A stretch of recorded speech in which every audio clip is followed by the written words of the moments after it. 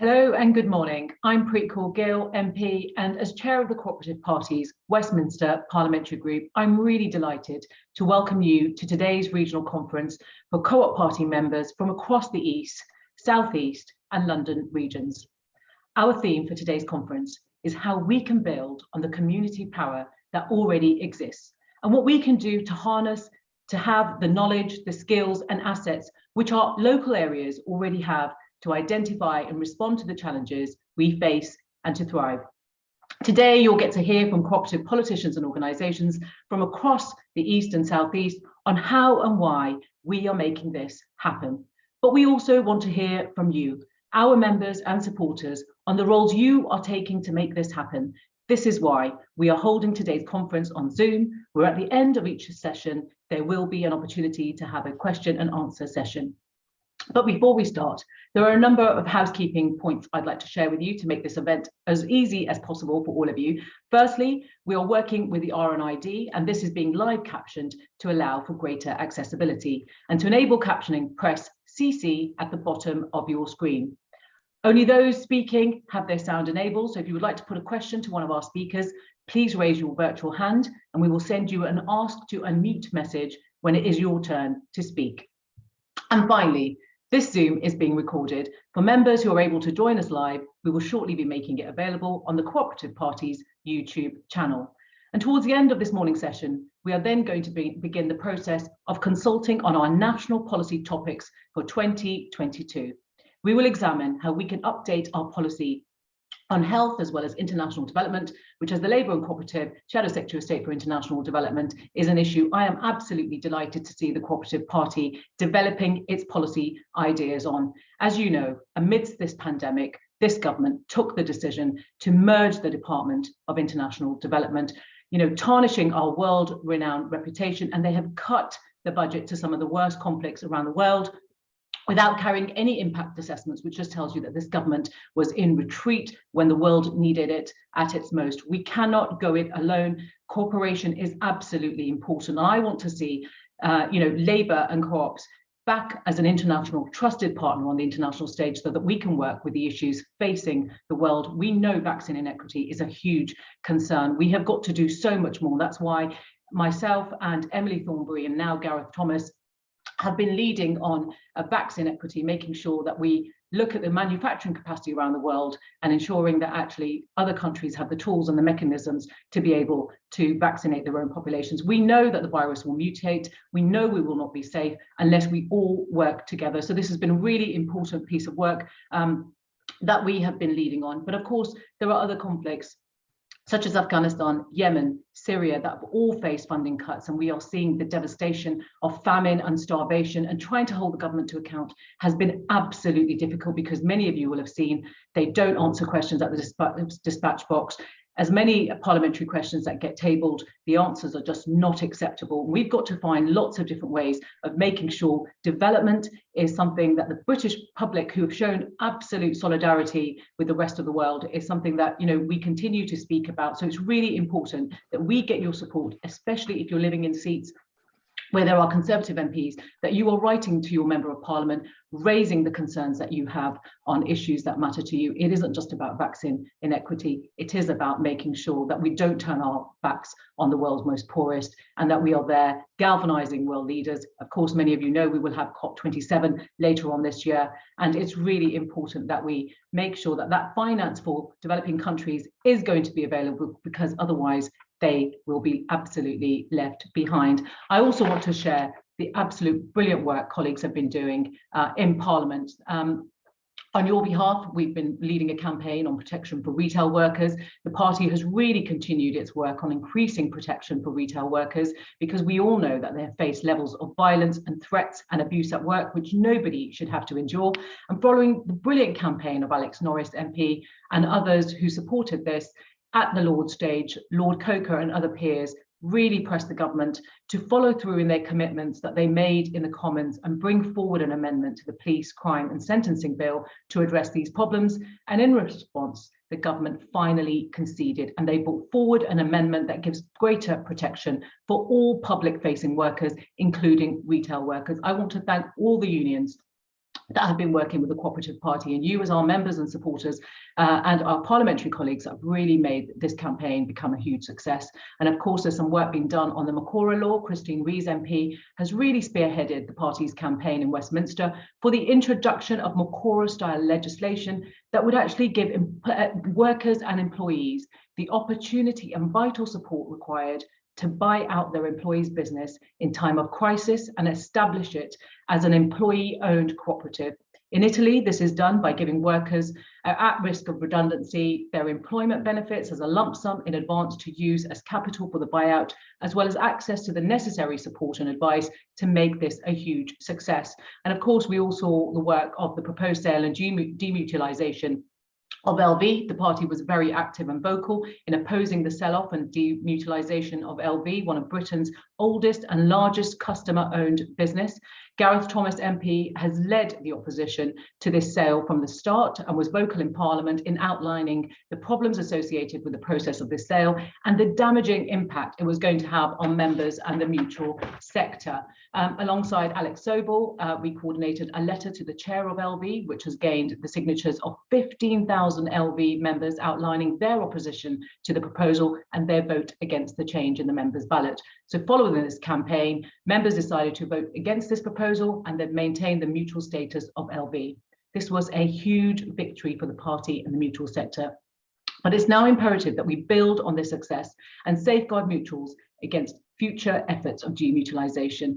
You will all have seen our high streets and access to cash. This has been a really, really important campaign. You know, we want to see the revival of our high streets and town centres. It's going to be a crucial campaign for the party in ensuring that they operate in the interest of local people who use them and of course live locally. And Meg Hillier has continued the calls for greater action on safeguarding access to cash to ensure that nobody is left behind in what has been really an acceleration during the pandemic of previously gradual transition to a cashless society, one that really risks isolating vulnerable people who rely on cash. And in Westminster, Rachel Maskell outlined the challenges of empty shops, labour shortages, logistic challenges, and offshore landlords that are really hindering our high streets recovery. And from the front benches, James Murray has echoed the party's calls for changes to business rates that would prevent local shops being penalised whilst online grants get away without paying their fair share.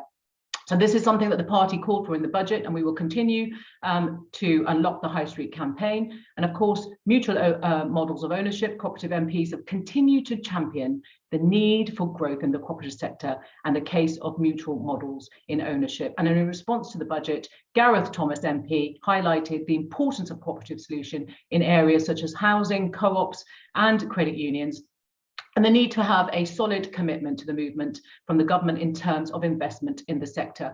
And earlier, further to this, around the scandal of the environmental and ecological degradation of our waterways due to the dumping of sewage by water companies that we all saw, Gareth also called for the introduction of mutual models within the English water industry, learning lessons from our Welsh partners to tackle this scourge. And the party supported a parliamentary debate on the contribution of the cooperative sector, where a strong co-op party presence ensured the voice of our movement was heard in championing its benefits and outlining where it can develop and where it can grow. For instance, Luke Pollard spoke about this, about the role of cooperatives in regenerating our high streets. Christina Rees spoke about the widening of ownership and mechanisms for doing so, and Sir Mark Hendrick spoke about the effects of the cooperative sector on local economies, communities and everyday lives. And at COP26 this year, the Westminster Parliamentary Group was represented in Glasgow. Myself and Jim McMahon attended, and we were there championing our movement and the answers that it has to many of the environmental challenges that we face, and the importance of working in cooperation with communities across the world to adequately tackle climate change. Today, as many of you know, is the Labour Party's National Campaign Day, and we are focusing on the living crisis. We need a serious leader for serious times, and clearly Keir Starmer is setting out the stall of what Labour will do and how Labour will deliver for people. It's really important that in the coming months, ahead of the May elections, we all get out there and support our Labour and cooperative candidates, wherever they may be. I know many of you are excited to get back out there, talking to voters, listening to them and hearing their concerns, because this has been a really difficult time. We are going to have the highest inflation, we're going to have tax increases, and of course with fuel prices going up and energy prices going up, people are really feeling the pinch. And so it's really important we all get out and we galvanise and support and we make sure we take out those messages to the public. Now, I'm really delighted to introduce my parliamentary colleague, my friend and all-round great cooperator, Dame Meg Hillier MP for Hackney South and Shoreditch. She's joining us today to give you an update on the ongoing work of our parliamentary colleagues, as well as how she's holding the government to account as chair of the Public Accounts Committee. Welcome, Meg. Thank you very much, Preet, and a warm welcome to everybody today. Just to remind people where I come from at this, I'm, as Preet says, one of our parliamentary colleagues, and I've been the MP for Hackney South and Shoreditch, a Labour and Co-op MP, and proud to be that since 2005. So scarily nearly 17 years now. And I've also had a stint in government as 3 years as a minister at the Home Office and brief spell on the shadow cabinet dealing with energy and climate change. But for the last 6.5 years, I've been chair of the House of Commons Public Spending Watchdog, the Public Accounts Committee. And my job in that role is to make sure that we keep our eye on how government spends taxpayers' money. But it's more than that. We look at the economy, the efficiency and the effectiveness of that spending. So while a lot of the headlines we get are around waste and the inability of government to deliver certain projects, we're also constantly probing and pushing government to do better on its own terms. And very often it sets out policies and priorities and then just does not deliver on them. I chair a committee that's cross-party, as of course all select committees are, so there is a majority of Conservative MPs. The committee is always chaired by a member of the opposition, but I still have to make sure that we work in a way that means that the Conservatives back it. What is heartening, and it's a rare moment of hearteningness, of good news, I suppose, in a very divided political landscape, is that I generally find members of the committee are as angry as I am about waste and ineffectual policy delivery. They might be cross because it's a manifesto commitment they want to see delivered, but nevertheless, they're not afraid to put their name to criticism of their own government when the facts clearly demonstrate there's a problem. So you may have picked up last week, we did an important report on underpayment of pensions to many, particularly older women. It was majority women who were affected because of the complications of our pension system.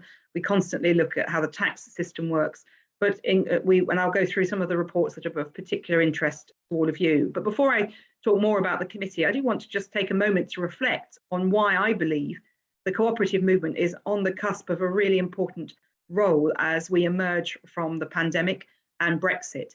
I think if there's anything that demonstrates concerns we would all share around what's going on in our politics, is that lack of control that so many of our constituents and voters feel with an out of control Prime Minister who is a liar and a cheat, and he promises things that he never delivers. And we people are not stupid. Voters can see that. They can see the problems, and they don't. And there's this terrible feeling of other people doing things to you, and that you have to sort of accept that government will behave this way. Well, that's not good enough. And we know that in the co-op movement, that having control over the organisations that have run things that affect our lives is a really crucial part. It buys in the consumer and citizen into the delivery of the services that they serve, and it buys them into the spending and helps keep an eye on how that spending is carried out. So I do believe that there's a real opportunity, and it is an irony, is it not, that the new chair of the National Health Service wants to look at mutual hospitals. Well, this in fact was the Co-op Party's success that partly for lots of reasons hasn't perhaps worked as well as we would have liked. But it was the Co-op Party that pushed for foundation hospitals to have governors made up of members, all the population. If you're not a governor of your hospital, do consider that.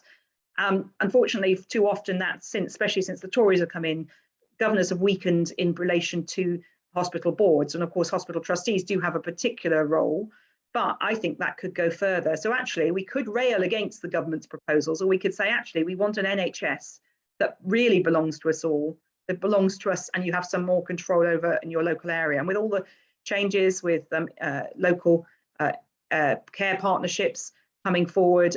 Actually, there's no better time really than to push for the people to run our NHS for ourselves in our own areas. And I think that there's a real opportunity there for the co-op movement to take that forward. And I'm really delighted that we've got colleagues working on this with Andrew Gwynne, of course, our co-op member leading on public health from the front bench.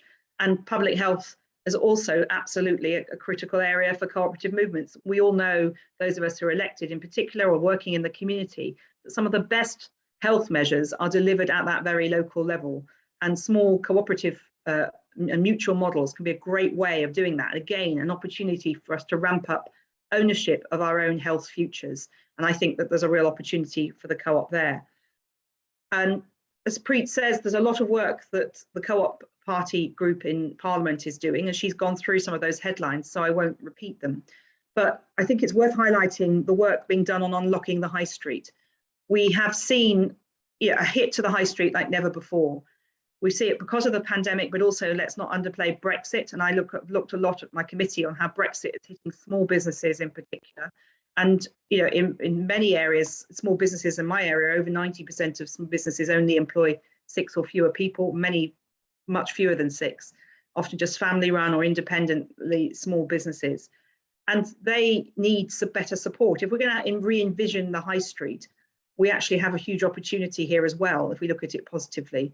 And of course, all the work we've done on protecting retail workers against attack and abuse is part of that, very much that process.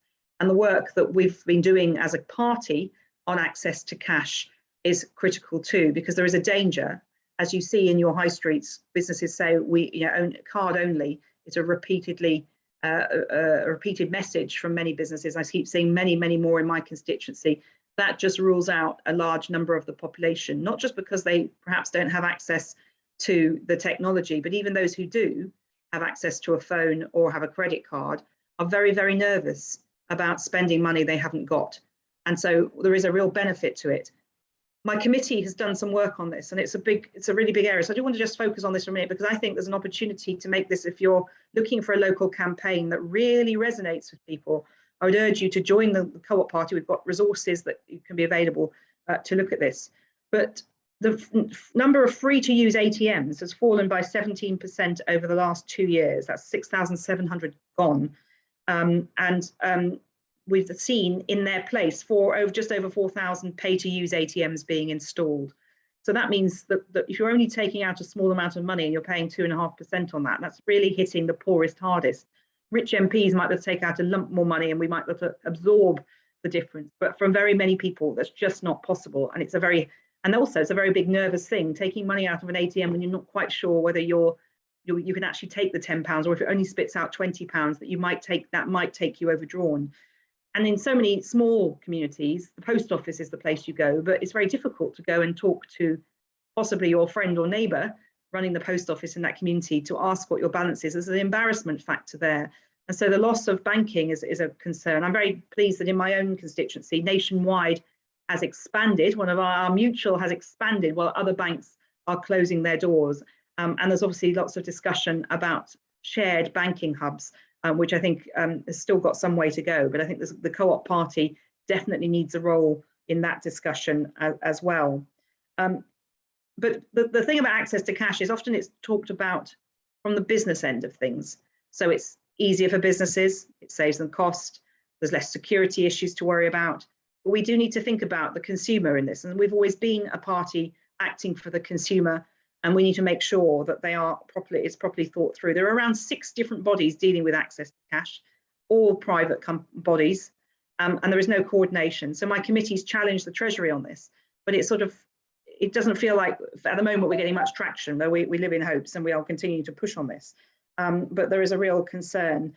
And as the government has said, it wants to protect access to cash, but it hasn't done very much on this so far. And every time it's supposed to be producing something on that, that's been delayed. But it is the Treasury overall that manages it, which, and I'll touch on at the end of what I'm going to say about how I think we as a Labour and co-op movement need to make sure that the Treasury has a much stronger grip on cooperative opportunities. We're also seeing an interesting issue around the demand for banknotes, and a lot of them apparently a lot of us are hoarding money. I don't know if that's any of you.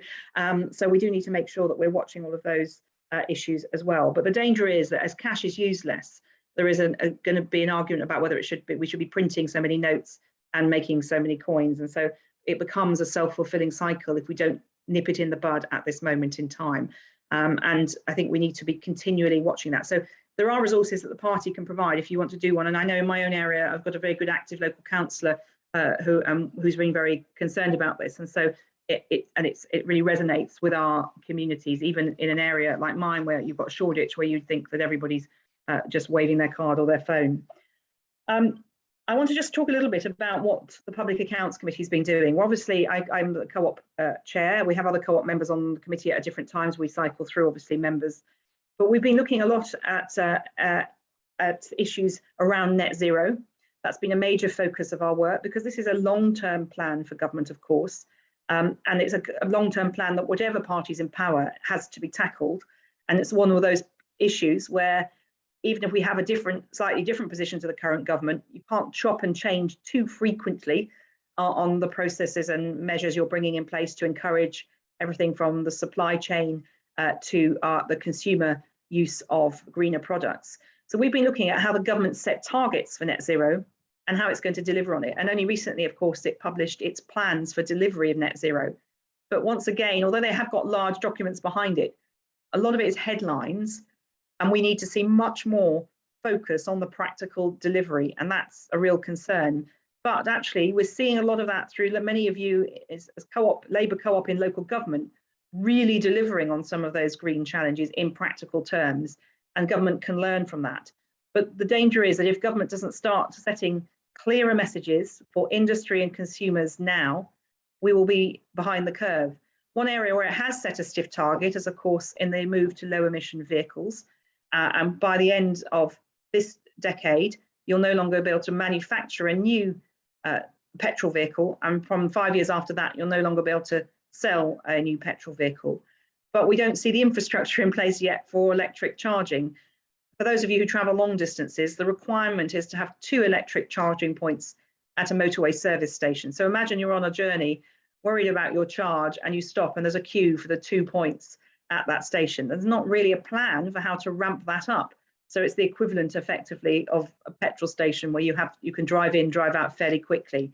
And that's already meaning that that and the cost of electric vehicles means that there's not yet the right level of growth in purchasing greener vehicles. So there's a lot of work to be done there, and we've been quite sceptical about the government's plans on that. I'm very much in favour of it, but unless you can persuade consumers, you're not going to get there.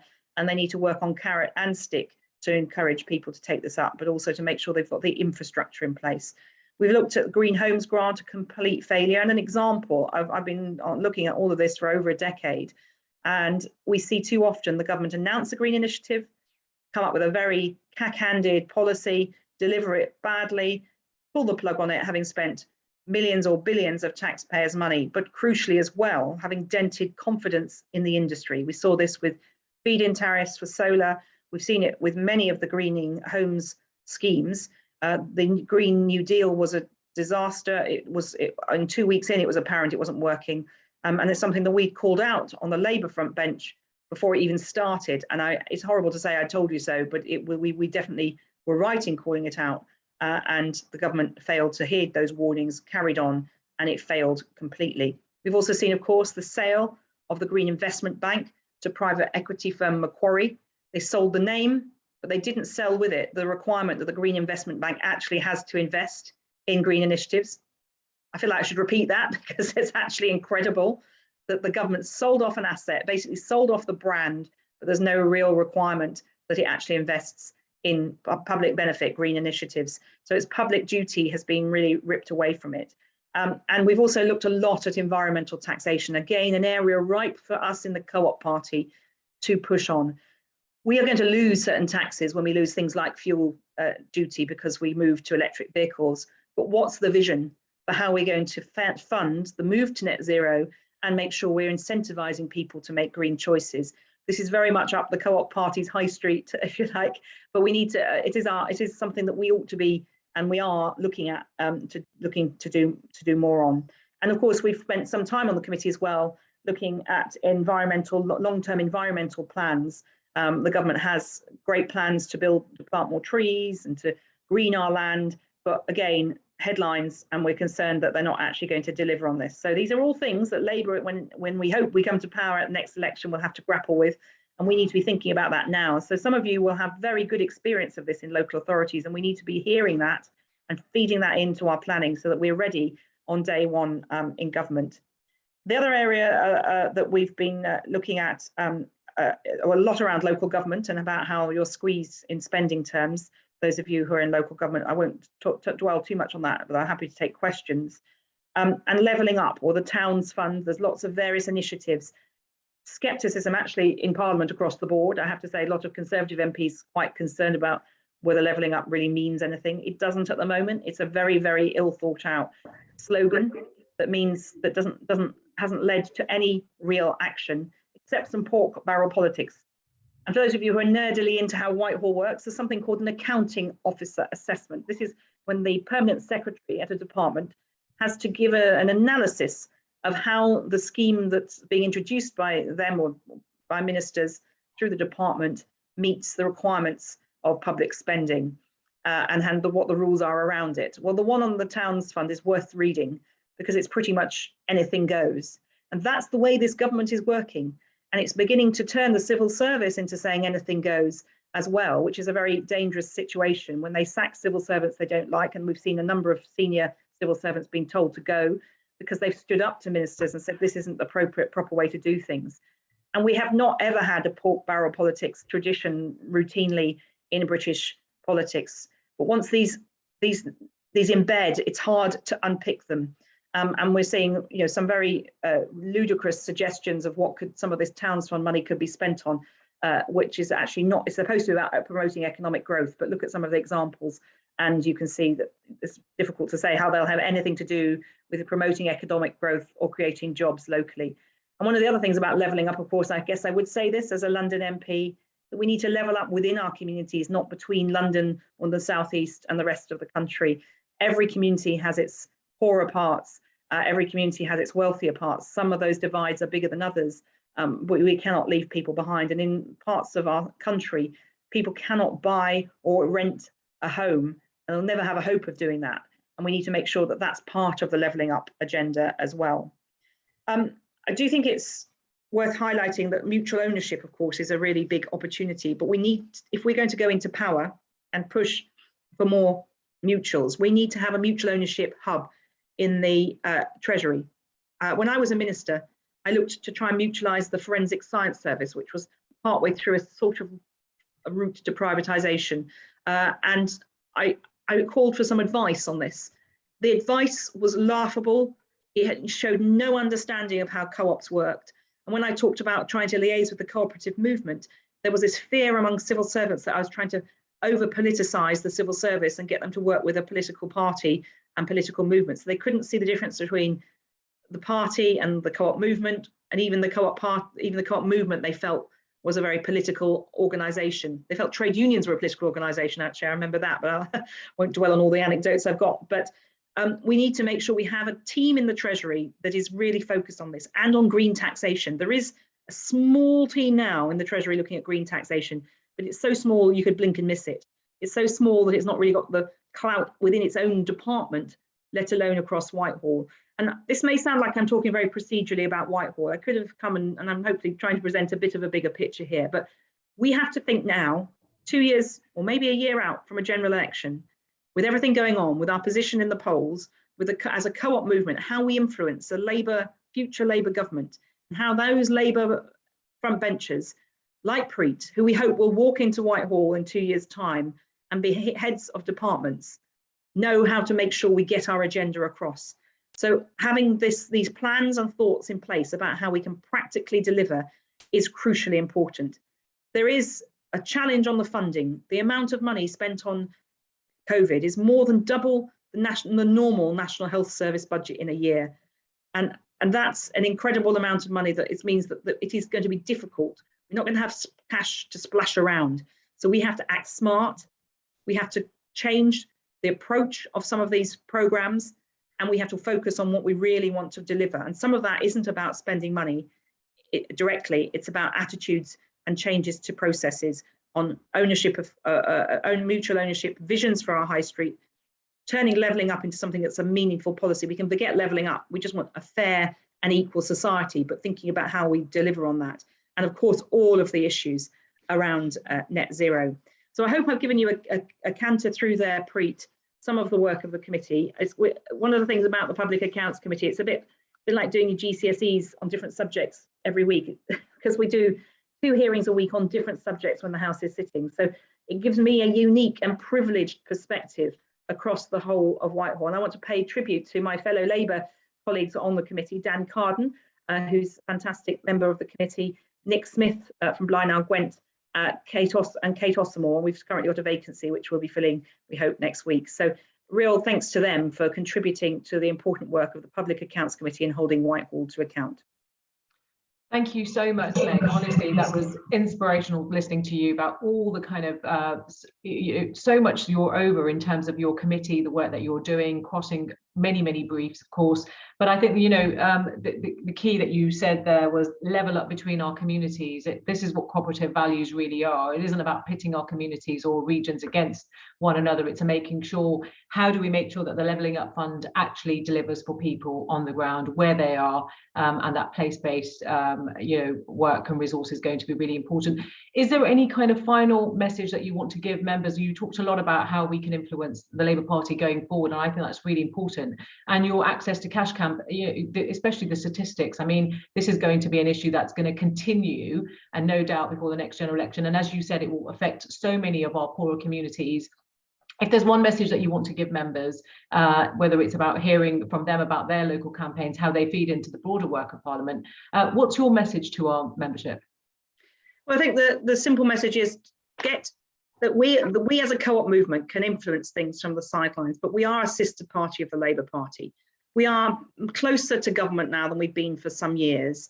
It's still a long haul, so obviously get canvassing. But as a co-op member, if you are also a Labour member, get into your Labour Party meetings, make sure that these issues are being discussed, make sure that your own Member of Parliament, if they're not a co-op MP, is aware of these issues, like pushing for a mutual team in the Treasury. If we talk about this now, the way that Whitehall works is it begins to see, there'll be a secret little bit of Whitehall the next year or so, setting up to look at what a Labour government might deliver so that they're ready.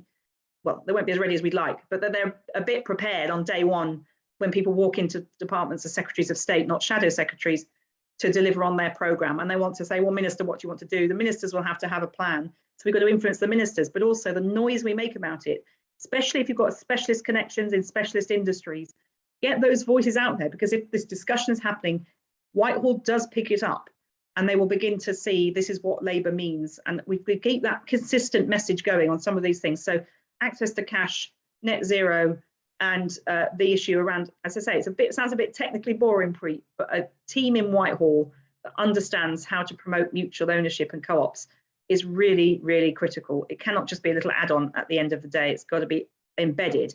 And I know how long it takes to embed change in Whitehall. So we've really got to start talking about that now to have a hope of getting anything started when we do eventually get into government.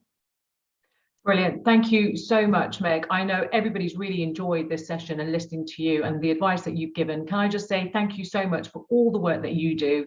You know, it's absolutely vital. Your committee is holding government ministers to account, absolutely right. So, but it's the campaigns that you've created, getting people enthused, getting behind actually how we can make change, how we can influence, and that is going to be absolutely important going forward. So thank you very much for everything you do. And now we're going to move on to a session that looks at how cooperators are building community power in the East, South East and London regions and what this means to us locally. The Co-op Party wants a politics of empowerment where democratic power lies with local communities rather than top-down reorganisation, opaque backroom deals and remote decision-making. We want to tackle regional inequalities by investing in sustainable, resilient, cooperative growth and rebalancing power to every region and community. Today, you're going to hear from cooperative politicians and organisations from across the East and South East on how and why we are making this happen.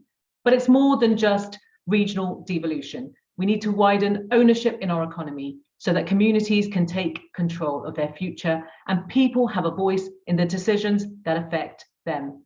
This means a more cooperative economy, characterised by more employees owning a stake in their workplace, communities owning a stake in our energy system, and high streets and customers rather than remote shareholders and investors having a say on how business is run. Fundamentally, we need to trust local communities to draw on their lived experiences of services and their local economy to lead change. It's local communities who see the decline in their town centres every single day. So to revitalise high streets, we need to empower communities to buy back and breathe new life into shuttered shops. Community-based cooperation doesn't wait for permission, it just gets on with it.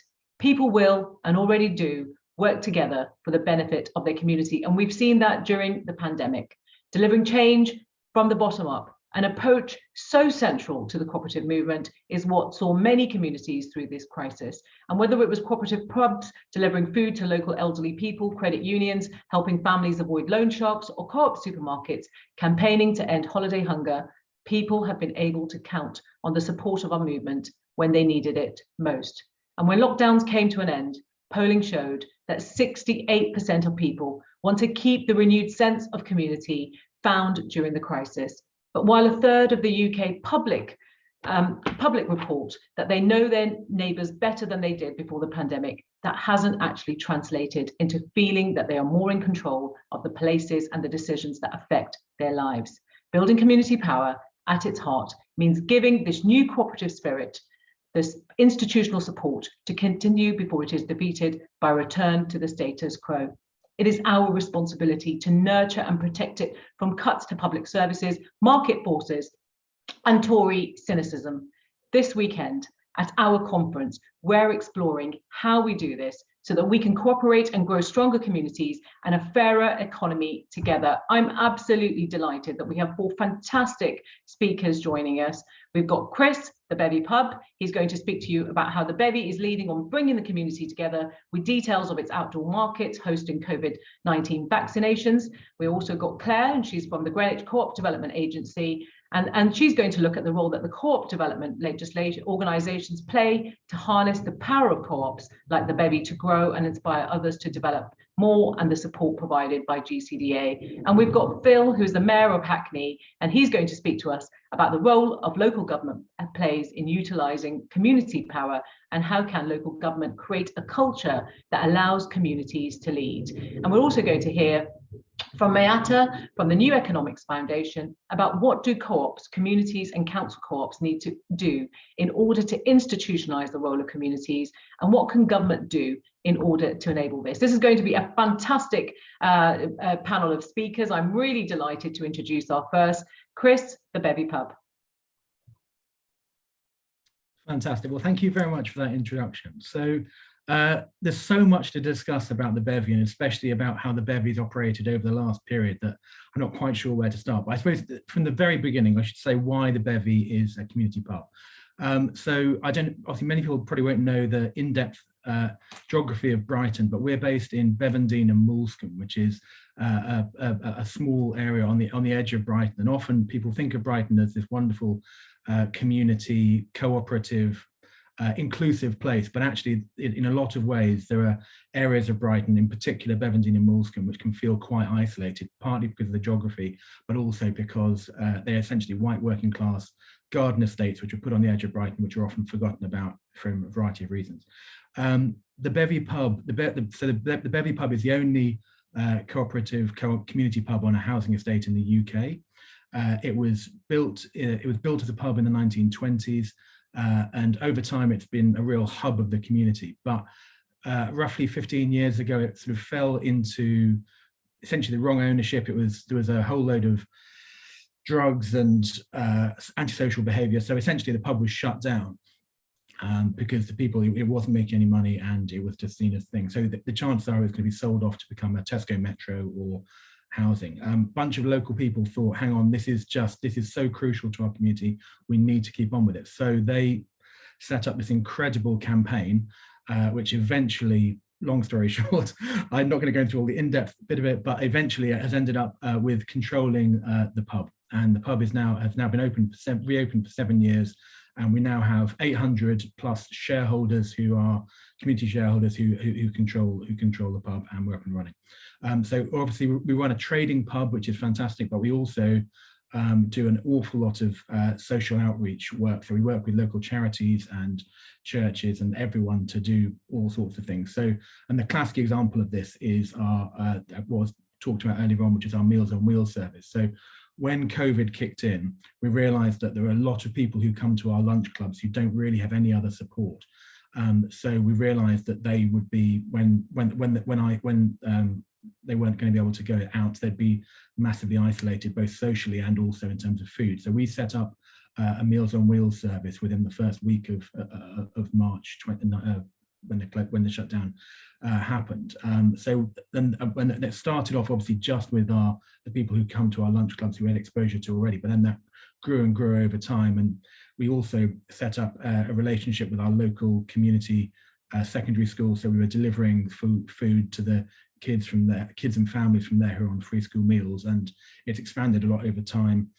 Including, so now we work with a local school with people with learning disabilities. So the food is actually created by these guys who are given crucial work experience as part of it, and then the food is then created and then sent out by our team of 40 plus volunteers to local people. And because we are a genuine community organisation, we know what's happening in our community and we know who needs it, so we can provide support in the right way. That last year has now been awarded the Meals on Wheels, best Meals on Wheels in the country, essentially. So we delivered that from nothing to best Meals on Wheels in the country within 2 years. And I think that's such a good example of how us as a community organisation can operate. And I think that one of our now trustees wrote this blog at the beginning of the COVID crisis about travelling at the speed of trust. And we as an organisation were able to act incredibly quickly and incredibly with buy-in in areas which don't necessarily accept our external help, because we'd built up that level of trust previously. So because we are a trusted local organisation with understandings around the community, then that gives us a massive support. So we're very proud. Yeah, the Bevy and yeah, as I say, I could go on forever. I'm not going to, but I'll just tell you very briefly about what's happening today at the pub, just as an example of how we can operate. So it's Saturday, so we open up at 9:30 to serve breakfast. We have the Bevendine Down Park Run, which runs up and down the thing. They come and have breakfast with us afterwards. We're now opening our community market, which opened at 9:30. So it's a bunch of local people who come and have their own stalls, and we've got cake stalls and everything else, local produced veg. That's open till 1:30. We're also running a mobile vaccination unit. So the area we're in has got an incredibly low vaccine rate take up. So we've been helping out the NHS in that. So we've got a mobile vaccination unit running on. And then at 1 o'clock, our vice chair, Jenny, who's been on this cancer journey over the last year, is having her head shaved for cancer research. So we've got a prize draw and all sorts of people coming in for that. So that, and last night as well, we had an LGBTQ bingo night, which is spectacular. So that's basically who we are and what we do. And I think the fact that we are owned by the community and a massively community focused organisation gives us a massive amount of power in the local area, and we can access people who can't access things in other ways. I think that's probably enough of my introduction. I'm looking forward to being on this panel, and I hope I haven't been able too much time. Thanks. Brilliant, Chris. I think that was so inspiring. I mean, my first thought was that how amazing that community came together and are able to deliver so much. And I want to know, how can we upscale that? But I'm sure there'll be lots of questions when we get to the Q&A session about people asking actually some of the barriers that you faced. How easy is it for communities really to come together and organise in such a way that you have, and the brilliant example that you gave. So thank you so much. That's absolutely excellent. Next, I'm going to bring in Claire, who's from the Greenwich Co-op Development Agency. Good morning, and thank you so much for inviting me to be here. And I have to say, listening to Chris, I met colleagues of Chris over the last few years, and during the pandemic there are some real similarities. So it's although we don't have quite yet have a pub, So we're 40 years old, and we were established actually in London with a number of cooperative development agencies by local authorities to protect assets. And for the first 20 years of GCDA, we had a lot of funding to support people with cooperative development. And what's really clear with kind of cooperative development work we were doing is how long it takes to support people. And if you're trying to establish cooperatives as an outcome of your work, then you've got to think about 7 to 10 years longer. And so some of the examples of the kind of cooperatives that we've talked about earlier, like mutuals, where we supported the development of Greenwich Leisure Limited, and now Better, which is huge, and a credit union in Greenwich, which was really successful. But when the funding model stopped about 20 years ago, and all of that funding that could support us to, or funded us to support people over a long period of time, we had to change our model.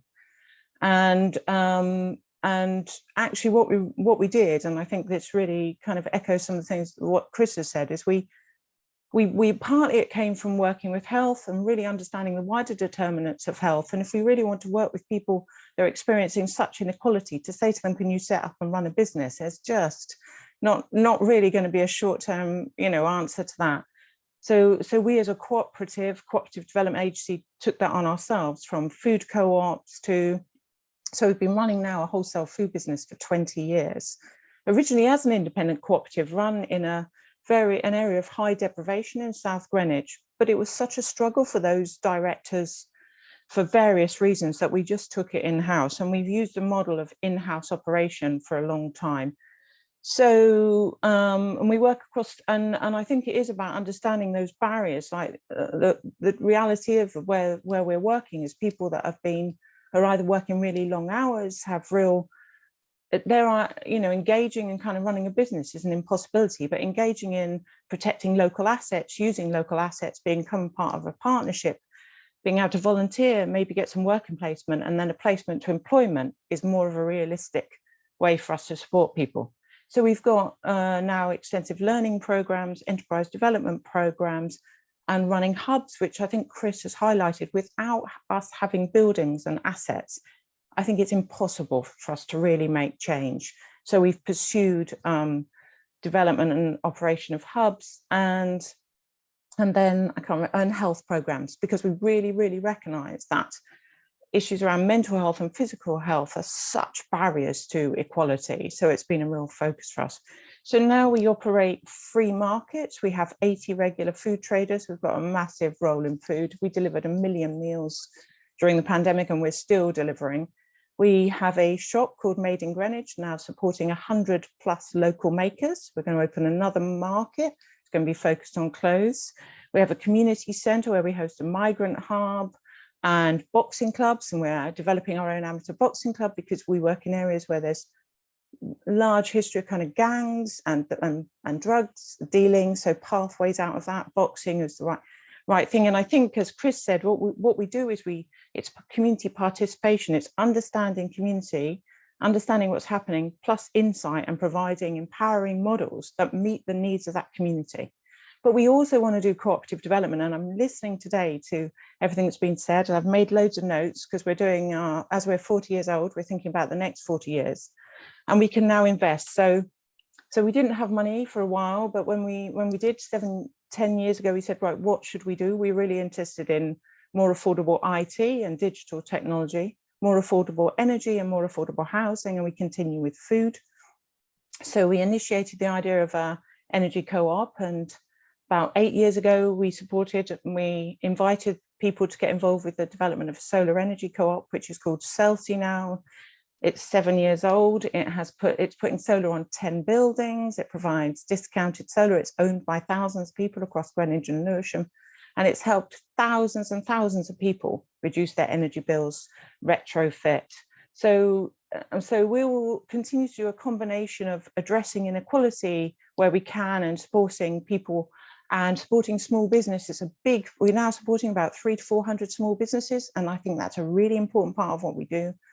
But equally, I think we want to partner with people that want to develop new cooperatives that address some of the big issues. So we're giving our time to support new housing cooperatives, where hopefully in 18 months we'll have our own pub in Southeast London. So Chris will be, I would like, exactly, learning and exchange. And we're still interested in stuff around things like prohibitive insurance or more local buying groups. So that's kind of our future. So, but I'm really interested in things like the cash and some of the things. And I think what I'd like to say is I'd like us to be in conversation more with the local cooperative movement to say, why don't you try this? We've got partners here. Let's test some things out. So we're doing our strategic review. So I'm going to be sharing it with partners saying, this is our limits. We fund everything. We're fully self-funded.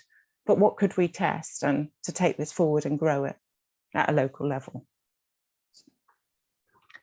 Thank you so much, Claire. I mean, that's a fantastic example of how our cooperators are coming together to build community power, understanding our communities, delivering for them. I mean, I think the work you're doing on the energy co-op is absolutely fantastic. You know, how do we make sure that we share the brilliant examples for others, you know, in other parts of whether it's the West Midlands or North, sharing actually what you're doing and how you're delivering for people, because I'm sure people will be really excited. I think some of the barriers, as you said, is being able to have the buildings, the assets, the finances and the resources to really deliver, because of course the will is there, the people are there, the ideas are there, and the ambition is there. And so it's about how can we make sure we support that. And I know we've all got examples in our constituency, certainly in mine, where I can see our communities coming together, but actually they don't actually understand how do you formalize and set up and, you know, make sure that the structures and you know all the barriers are kind of the risks almost are kind of mitigated against. But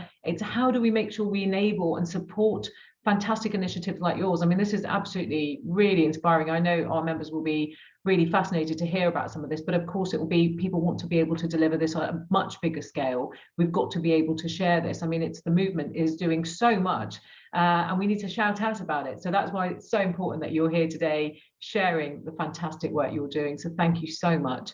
I'm really delighted now to introduce Phil, who's the Mayor of Hackney. Phil?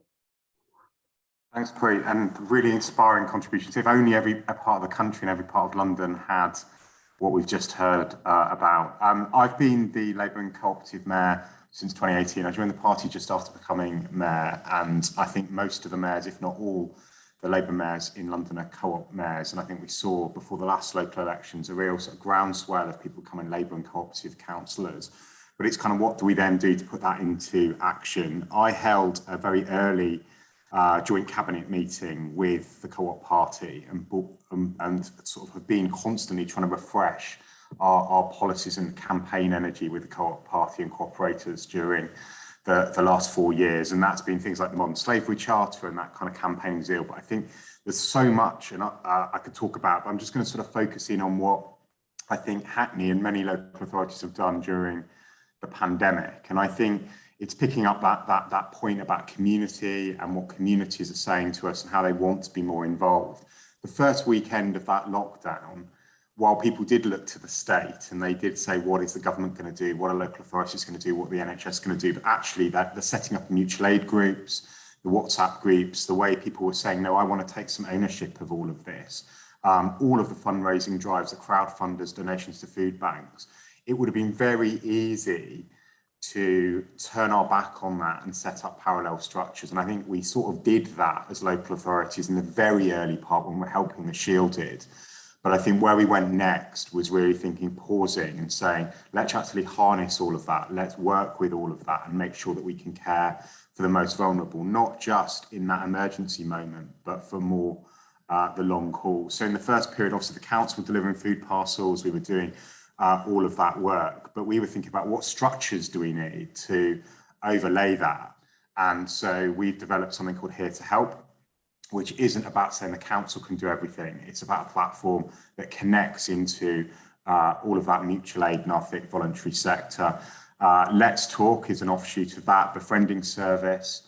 And what we were doing was funneling money and resources into infrastructure organisations to unlock volunteering. So Hackney Volunteer Centre is an incredible organisation, and by supporting that as an infrastructure organisation, we were able to get them to a place where they could deploy 2,500 volunteers out there into the community. That's helped support our vaccine rollout, but also embedded in our community partnership network, a new real way of working. And I think we had that campaign at the 2019 Labour Party conference on food justice that the Co-op Party led.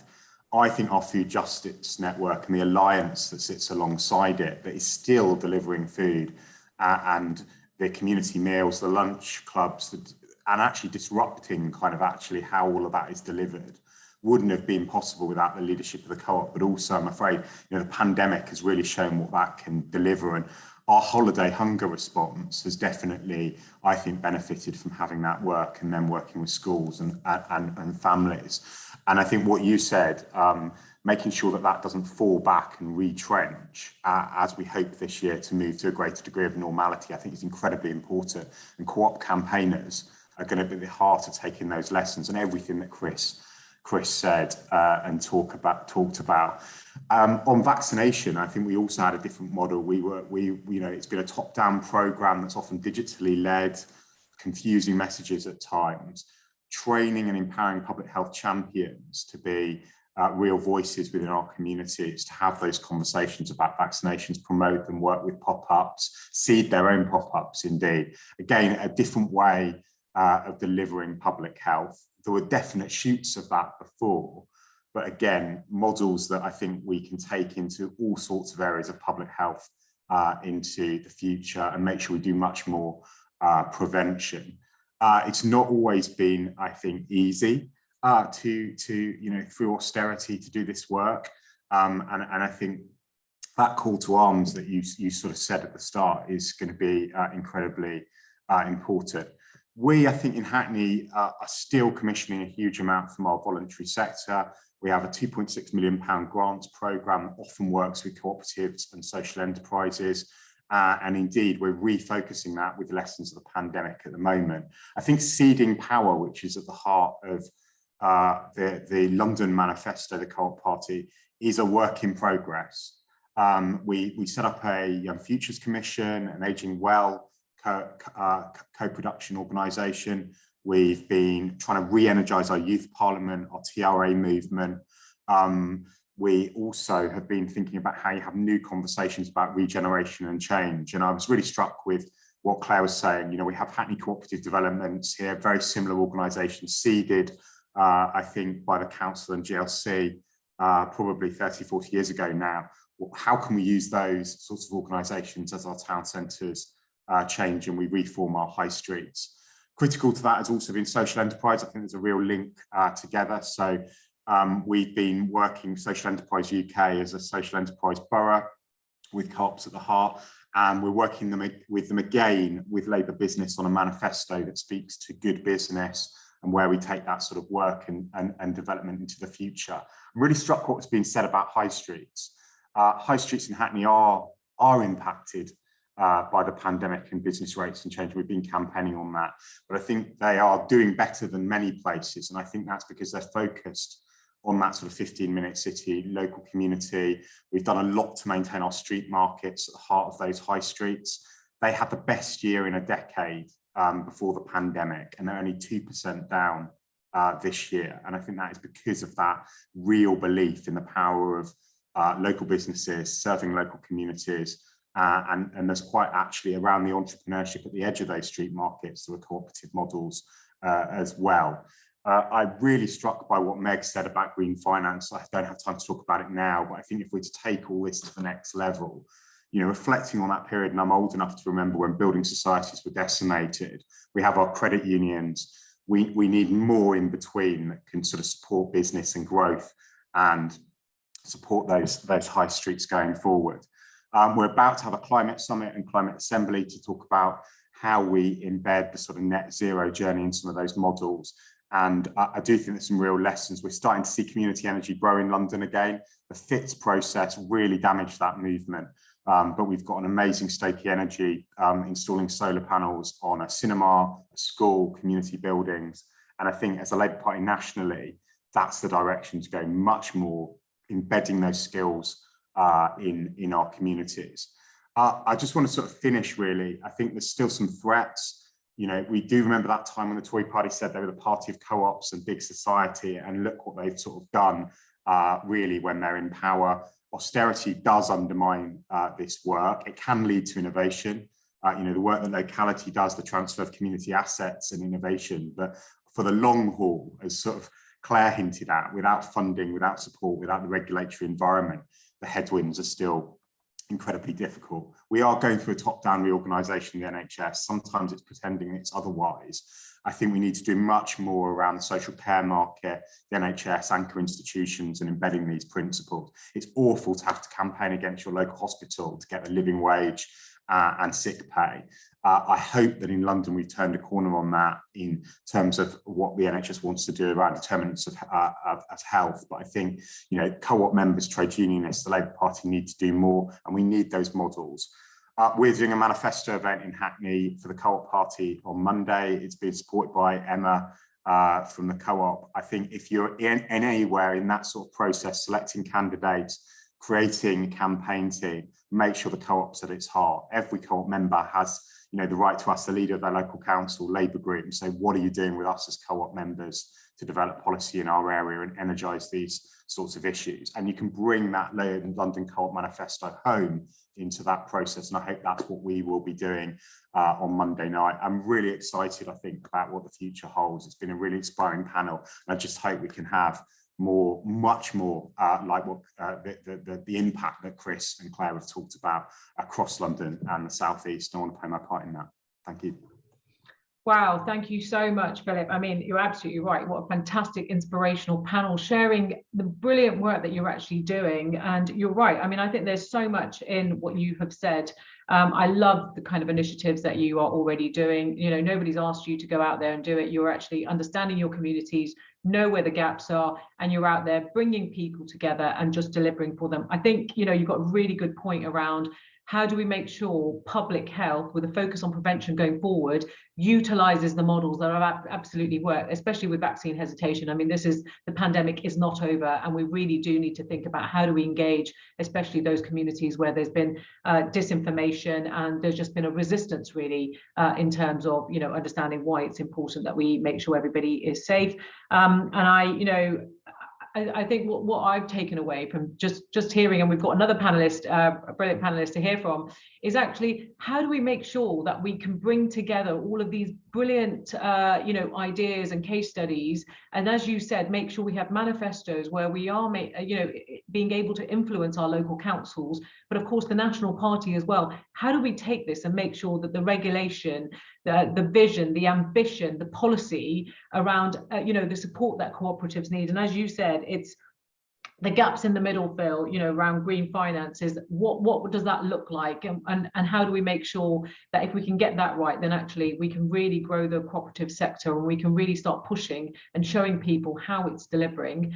I'm now going to bring in Miatta. I know lots of you have been commenting. Can I just say thank you very much to people responding in the chat? We've had some great contributions, especially from Luke Blakey on the access to cash, raising kind of very vital concerns, and Sarah Cole as well, talking about the future and what's going to happen with post office as well, many closing.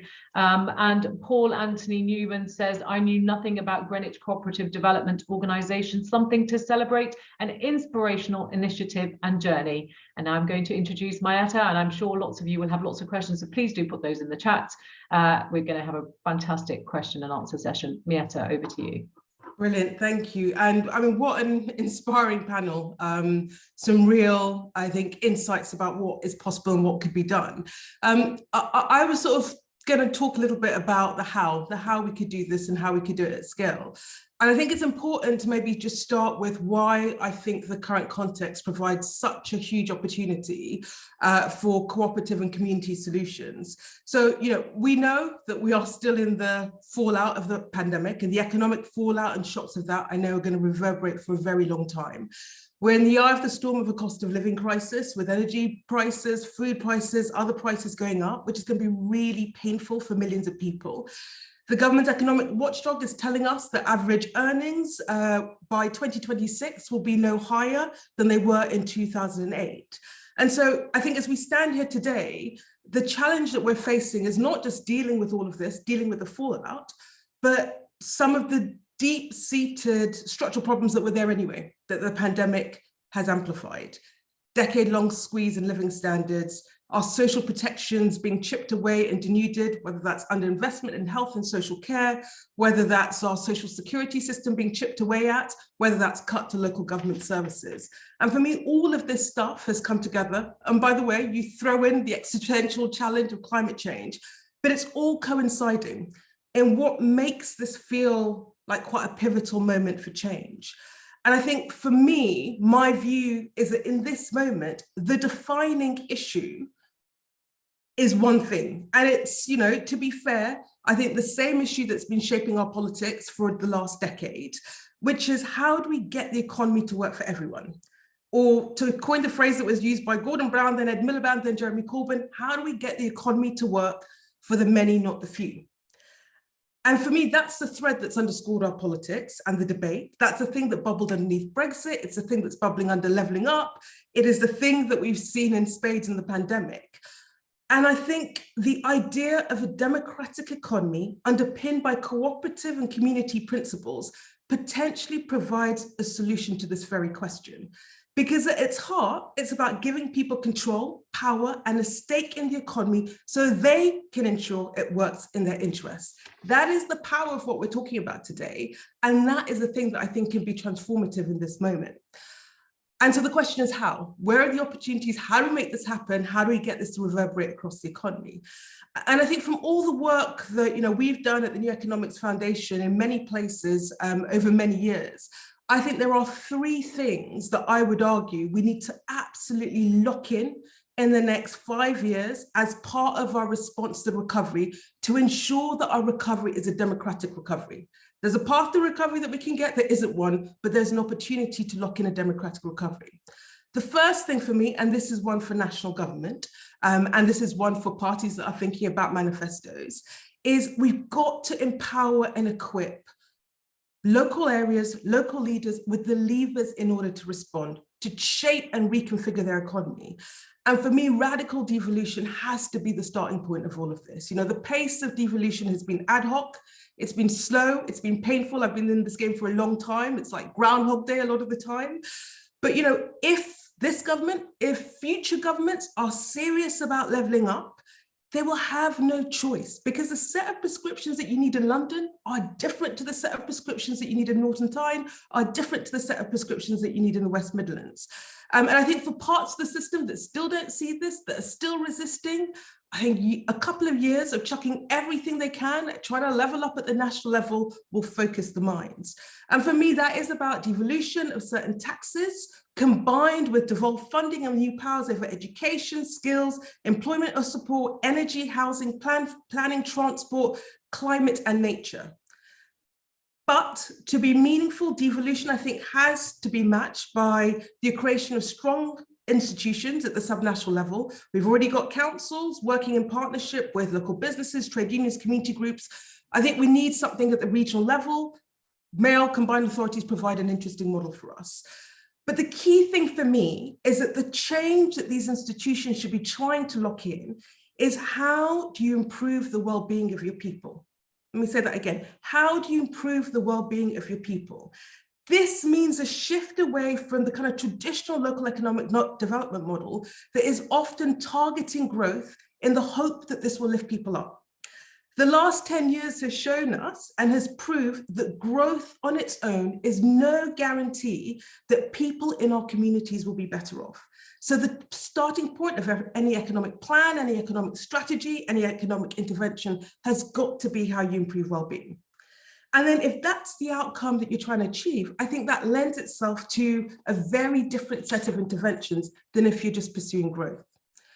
But, and then this is the crucial bit, this will mean working hand in glove with local communities to define what success looks like, to develop a shared plan, and then create new ways, like the ones that we've heard this morning, of tapping into the energy of people on the ground, of community groups and organizations to make that happen, giving people a direct say and agency over what good looks like and how the local economy can be made to work in their interests. The second piece, and this is for local government, this is for community groups and partners, I think in return for new powers, local leaders must use the procurement, the investment, the enabling power of the local state to build up community wealth.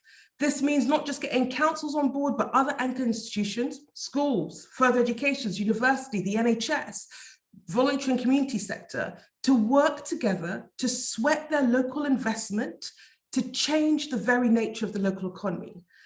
And critically, it will mean giving a bigger stake and ownership of the economy to people in the economy so that the benefits of it flow into the community through community ownership of assets, employee ownership, mutuals, all the things that we've been talking about today. And for me, as we think about the recovery, I think there are two massive opportunities to do this. One is the green recovery, because the imperative as we recover from the last few years is that we've got to do it in a way that responds to the looming crisis of climate change, which is in front of us. But for me, that then means when we're thinking about investment, when we're thinking about building up green infrastructure, that green economy that emerges must be owned by people and work in their interests. That means collective ownership of green infrastructure, public goods and assets, and more cooperative ways of organizing industries that will spring up. The second big opportunity for me is around the foundational economy, which is absolutely critical if we are serious about leveling up. So that's retail, hospitality, care, and other public services. They exist in every community, they exist in every place, they create jobs. You know, if we look across the country, on average, the foundational economy accounts for about 63% of all jobs. That everyday economy will be absolutely critical. Yet we know that we see lower productivity in these sectors, we know we see lower wages. And I think new approaches to trying to drive up productivity, the quality of jobs, pay in the everyday economy must be a key plank of this. And then critically, in parts of that foundational economy that are public sector funded, social care, childcare, core local services, you know, for me, there is a huge opportunity to use them to democratize the economy so that you're gearing your procurement, your commissioning towards cooperatives, towards different forms of ownerships. And by doing that, you pump prime the social economy. And then on the other side, we've seen examples where we can create platform cooperatives, so umbrella organizations that aggregate small scale providers who are using more cooperative and mutual models in order to be able to compete for public sector contracts. And then, you know, if we look at where we are now, the community and cooperative sector we know is small. We know it's been relatively static, but all the evidence we've seen suggests that there is huge potential because they tend to be more profitable.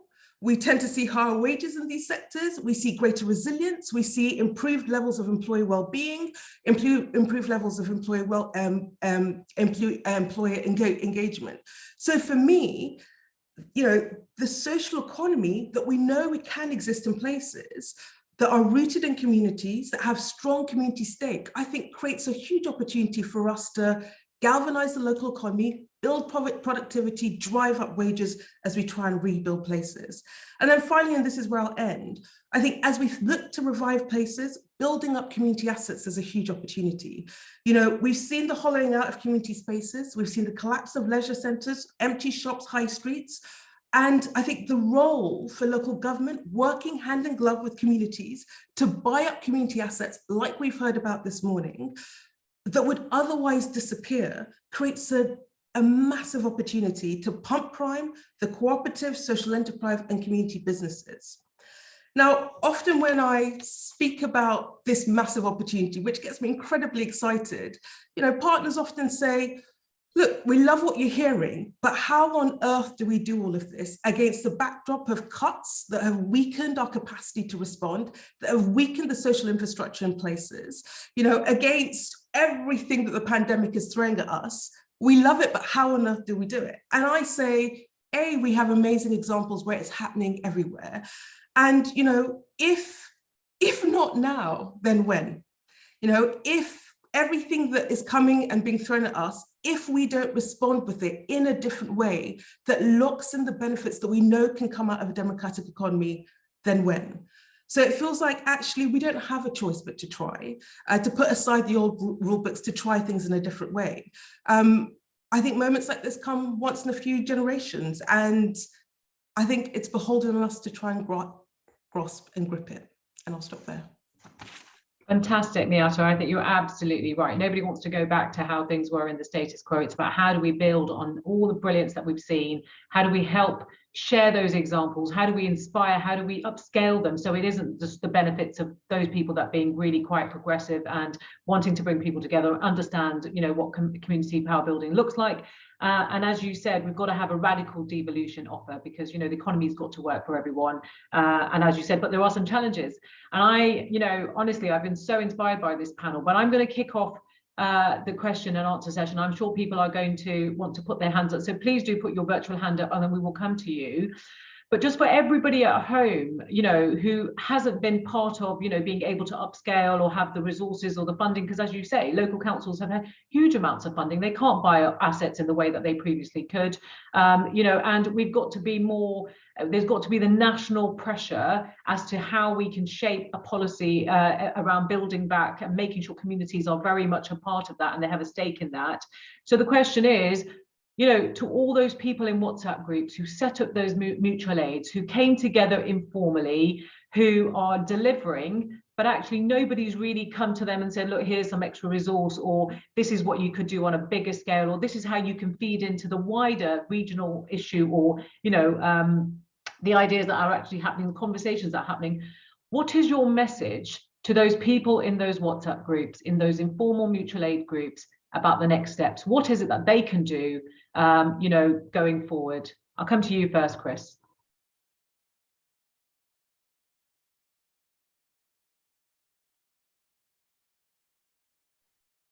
Sorry, struggling with the unmute. Yeah, no, there's an awful lot they can do. I mean, I think one particular challenge that we come across a lot of the Bevy is actually that the people who have got stuff already, who have got resource already and have got the skills and expertise to do that, they find it quite, it's much more straightforward to do. What we find is that often the challenges are in the areas where they don't have that. So, and again, Bevendine and Moulscombe is a classic example, and I've said this a lot, but the Bevy is the only community pub on a housing estate in the UK, and there's a reason for that. There are 150 community pubs around. The vast majority of them are in very nice chocolate box little villages where you've got people who can raise the money to buy out the pub and do it. The Bevy is the only one because A, the money isn't there, and B, the expertise isn't there. So people who have got those expertise need to look for the areas where they don't have them. And I think that it's quite straightforward for you know, very nice roads to have their great WhatsApp groups, and that's fantastic, and they can all support each other. But there are areas which around the city and around their towns which don't have that. So they need to they need to be able to go out and say, right, how do we make sure that people aren't excluded because of that? And yeah, I think that's a crucial point for me. Brilliant, thanks, Chris. Philip? I think I was just still really reflecting on what Miatta had said, and when I've spoken before at conferences like this, I've been really concerned about the sort of national, like, left-right debate within the Labour Party that we've obviously been shaped about by the last 6 years, and how little what we've been talking about today gets aired, really, despite all of the work of Co-op MPs and all of the brilliant campaigning that Meg kind of articulated. You know, the debate about ownership is about catching sort of Cllr or Ed out on television about whether or not they're committed to nationalisation. That doesn't touch anything on what Clair or Chris or this movement can really achieve at a grassroots level. We've seen so much money, you know, from 2008 flowing to financial institutions. We've seen things like the Green Investment Bank. We've got the UKIB now. We're talking about how to get to net zero. You know, the cost of living and fuel crises. The one thing that, you know, community organisations do fail, co-ops do fail. You know, the co-op businesses have been under pressure during the last 2 decades, and, you know, there's been scandal and challenge. But I think, you know, they are much less likely to be an extractive force on a community, on a high street, and closed and have bad labour standards, unlike the models that we're often so shaped about and focused on, you know, outsourcing, 0 hours contracts, a race to the bottom. And I think articulating that in the way that's been captured this morning is crucially important. Taking the lessons of what does and doesn't work there, and then enabling the local state, the regional state, and this movement to get the funding and support and resources it needs to harness. Chris is absolutely right, though, that this movement can also be exclusionary. It drifts to where there's greater cultural capital, louder voices. And so I think there's a role for the local state to ensure it doesn't become that, and that you get an ever deepening of kind of this type of work in some parts of even a borough, never mind a city, a county or a region. And that, you know, the fact that we're Labour and Co-op means that we can bring both of those traditions and ensure there's equity in this as well, and that we can also focus efforts where people may have the ideas, and they do have the ideas. I'm not trying to be in any way sort of patronising about communities that don't have the resources. They definitely do have those ideas, but make sure that they can come on this journey as well, I think is really crucially important. And that's what we did with the Champions work. We tried to go out to those that hadn't necessarily been able to set up their own infrastructures and make sure that they were empowered in that work as well, certainly in the COVID response. So I think there's some real lessons there of making sure that no one's left behind. Yeah, no, I think, Phil, you've raised some really, really important points, and something I will definitely take back to the parliamentary club group, and we can look at actually, you know, how much more we can do to be able to influence and shape what the front bench teams are doing, taking the examples, you know, that are clearly, you know, some fantastic examples out there. And I think it really kind of challenged us to think about the bigger picture and the broader areas of where we can influence and shape. And so I'm yeah, happy to kind of pick this up and make sure we continue this conversation. I'm going to come to Claire next. Claire, can you also, in addition to that, we have a brilliant question. Are there 3 things that Co-op members on the Zoom today can do this weekend, this month, this year to help build community power? Yeah, and I think absolutely. And I think the thing that really made the difference in Greenwich was the mutual objectives. Who else what has the same objectives as you? And I think those well-being things, that wider determinants of health, those unpicking those barriers, even if your objective isn't democratizing the economy, there are a lot of other people that have shared objectives. So if you don't have the resources, and this is, I think, where we started, who else has got shared objectives? And there will be within the local authority, there will be other charities, there will be faith groups, there will be loads of people that, so I think if you're a mutual aid group looking at where to go, I would say, where's your theory of change? Who wants to join in that, be part of that? I think if I was someone here now, I'd be, let me think. So the other thing I just want to say is about Chris's point is absolutely, when we started, it was about resources to talk to the people who didn't get the assets in communities that didn't have the resources to be starting mutual aid groups, because they simply don't have the resources. So we always need to find the resources to reach the people. And I think that mutual partnership, particularly around things like public health, but other things, works really well with that. What I'd say to remind me of what was the second question now, it's completely gone out of my head. No, it's fine. Brilliant question. So 3 things that Co-op members on the Zoom can do this weekend, this month, this year to help build that community power. So find your local partners, look at what people are doing locally around you, and particularly around those key things, whether it's retail, food, what's going on in your area. I think partnership is one of the things that I think over the last 40 years at GCA and 20, we don't see ourselves as an organisation, we see ourselves as part of hundreds of organisations, and we don't see the boundaries of us as an organisation. So as other people have said today, and particularly around really good responses to COVID in Hackney, Greenwich, other boroughs, it was because we responded immediately. There were great people on the ground already doing it. So let's make the most of our resources and find out what's happening, and particularly around these areas. And I think those points about retail, food, care, have, you know, and also understand what's going on locally. So don't assume there isn't anything. Don't assume the problem's something. Find out what everything is, find out what the needs are, and understand who's there locally and build with them. One of the partnerships, very quickly, that exists in the UK is Sustainable Food Cities. And Sustainable Food Cities has got really clear objectives around sustainability, but it's around very similar issues that we're talking about today. They are an extensive partnership within a shared agenda, and there are loads of others. So let's work together with people.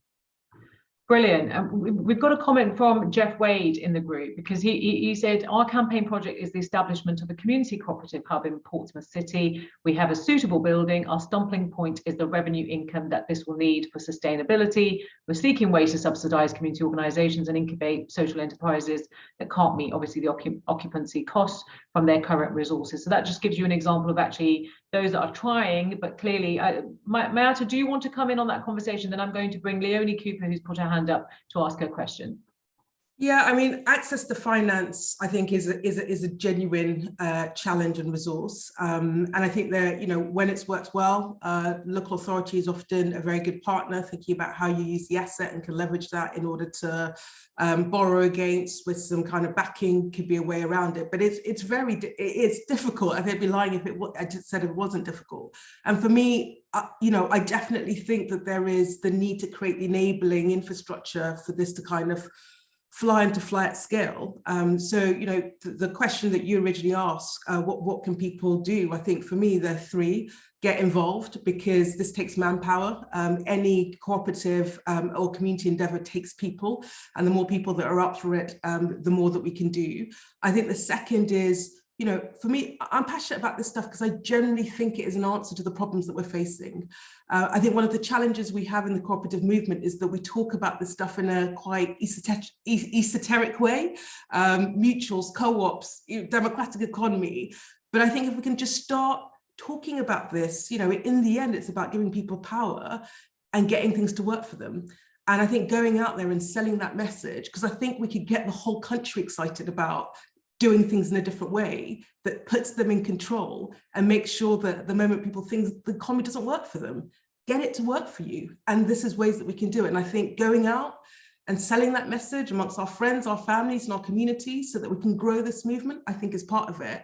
And then the third is, you know, I think we need to start campaigning so that every party is talking about big cooperative solutions. We should be slam dunk with Labour, but actually the Libs, SNP, Greens, even the Tories, back to the old big society, you know, this needs to be the new common sense. And I think that's the way we can change it. So start campaigning would be my final third thing.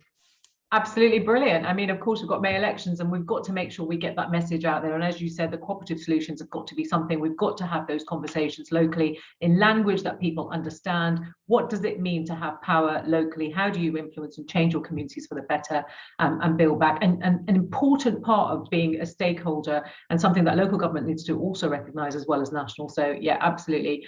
Fantastic. We've got Llewellyn and Gareth. So Llewellyn, can I come to you for your question? And then Gareth, I'll come to you and we'll take it in that round. Welcome. Sure. Thank you so much, Preet, and really inspirational morning so far from you, Meg, and all the speakers. Actually, just before I ask my question, I just wanted to give Claire a piece of information, which is that some of the people from CLC, South East London Community Energy, have been over in South West London helping us over here, where we've had a lot of problems, obviously, with the Conservative Council. And we've just heard that we've just got funding for 4 schools, and we've actually been managing to do things. But that has been because there's been cooperation and help coming over from South East London, and we have a local community energy group. So I just wanted to ask all the panelists, and I know there's a lot throughout England, and Community Energy England has had support from the co-op. Would you agree with me that getting involved in your local community energy group is something that we could all take away from doing this, and it's something to really campaign about over the coming weeks up to May? Thank you, Mia. Thank you, Prit.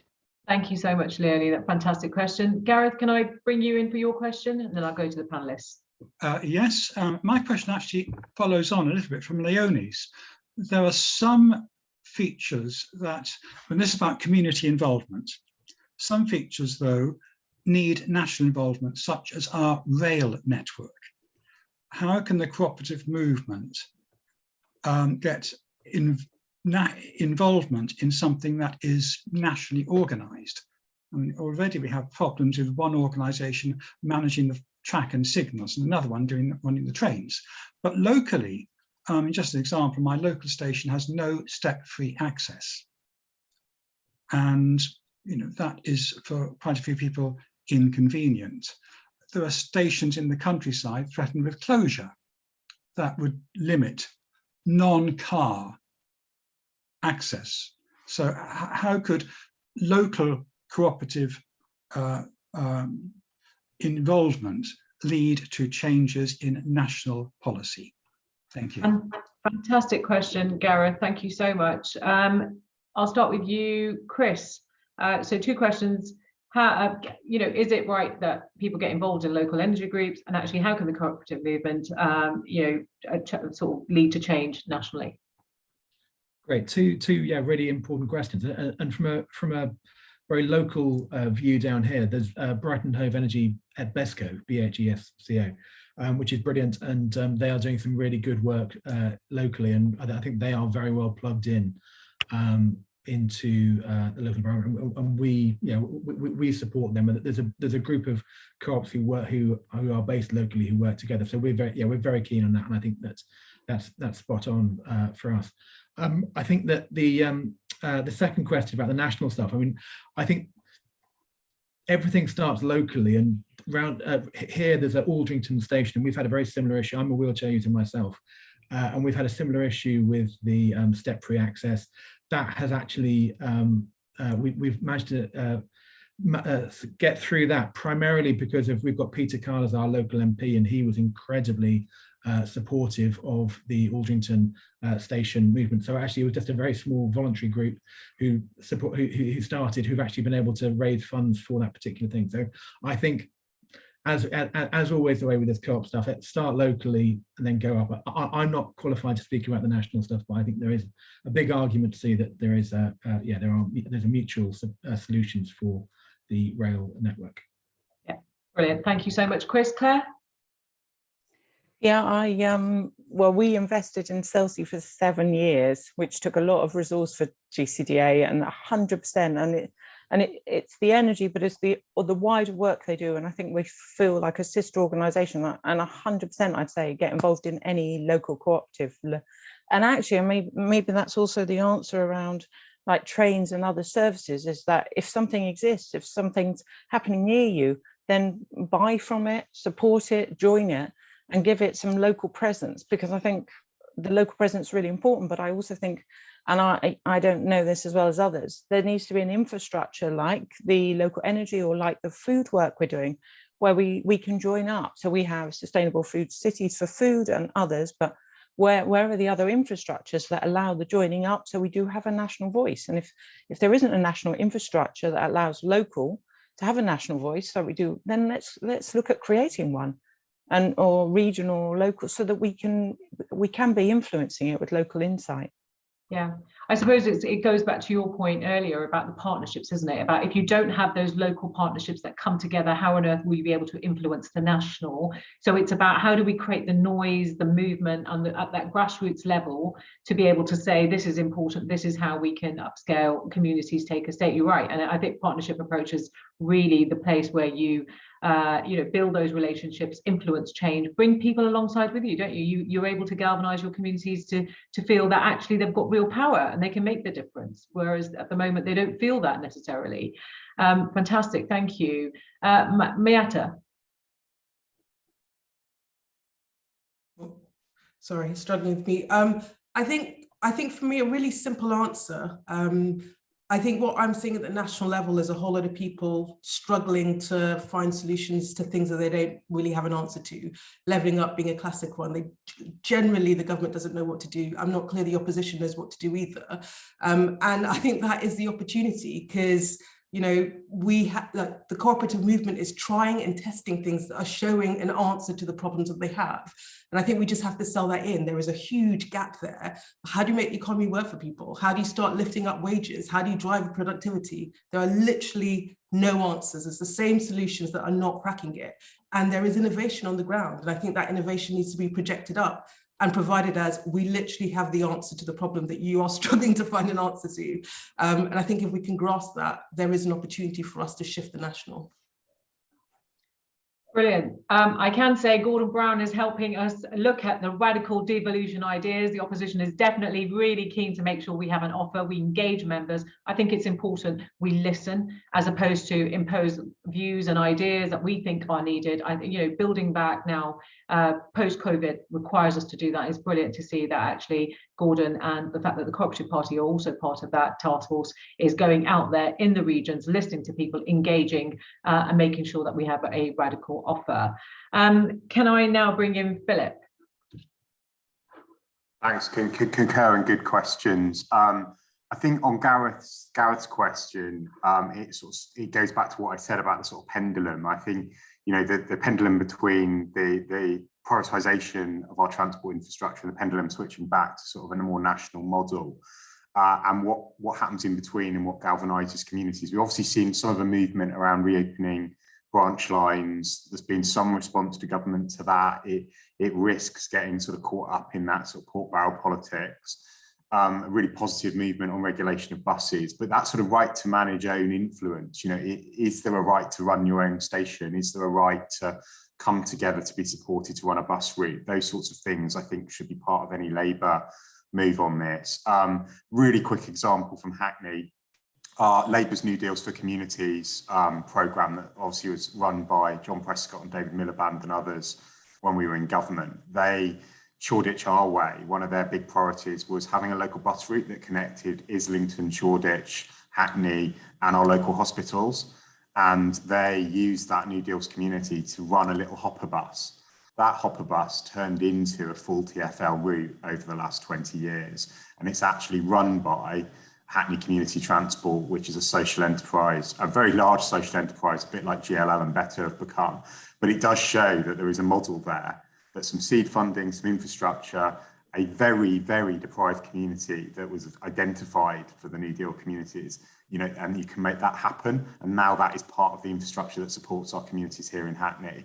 I completely concur with Llewellyn. I think it's about, can co-op members look at their points of influence in their communities, whether it's a foundation trust, as Meg suggested, or getting involved in energy groups and empowering them. And also, you know, I think those groups, with some of the funding that's been available from the Mayor of London, are now really starting to make traction. But I was also struck by Claire's sort of comments that, you know, they do take a long time to kind of develop those expertise and funding models. And I do think there's a role for sort of community investment here as well, and unlocking some of the wealth in London and deploying it around climate, I think will be essential in getting to net zero and tackling some of these issues. Brilliant. Thank you so much, Philip. We've got chance for a final question from Sandy Martin. This just shows actually people are really, really keen and have been really inspired by today's session from all of our panelists sharing their fantastic ideas. Can I bring you in, Sandy, for your question? Thanks. Yeah, thanks, Preet. Yes, one area where the private sector is clearly failing and where the majority of the funding actually comes from the public sector is social care. Is there a move towards cooperative delivery of social care, because so many of our social care workers are moving away from the sector because they're not being properly paid.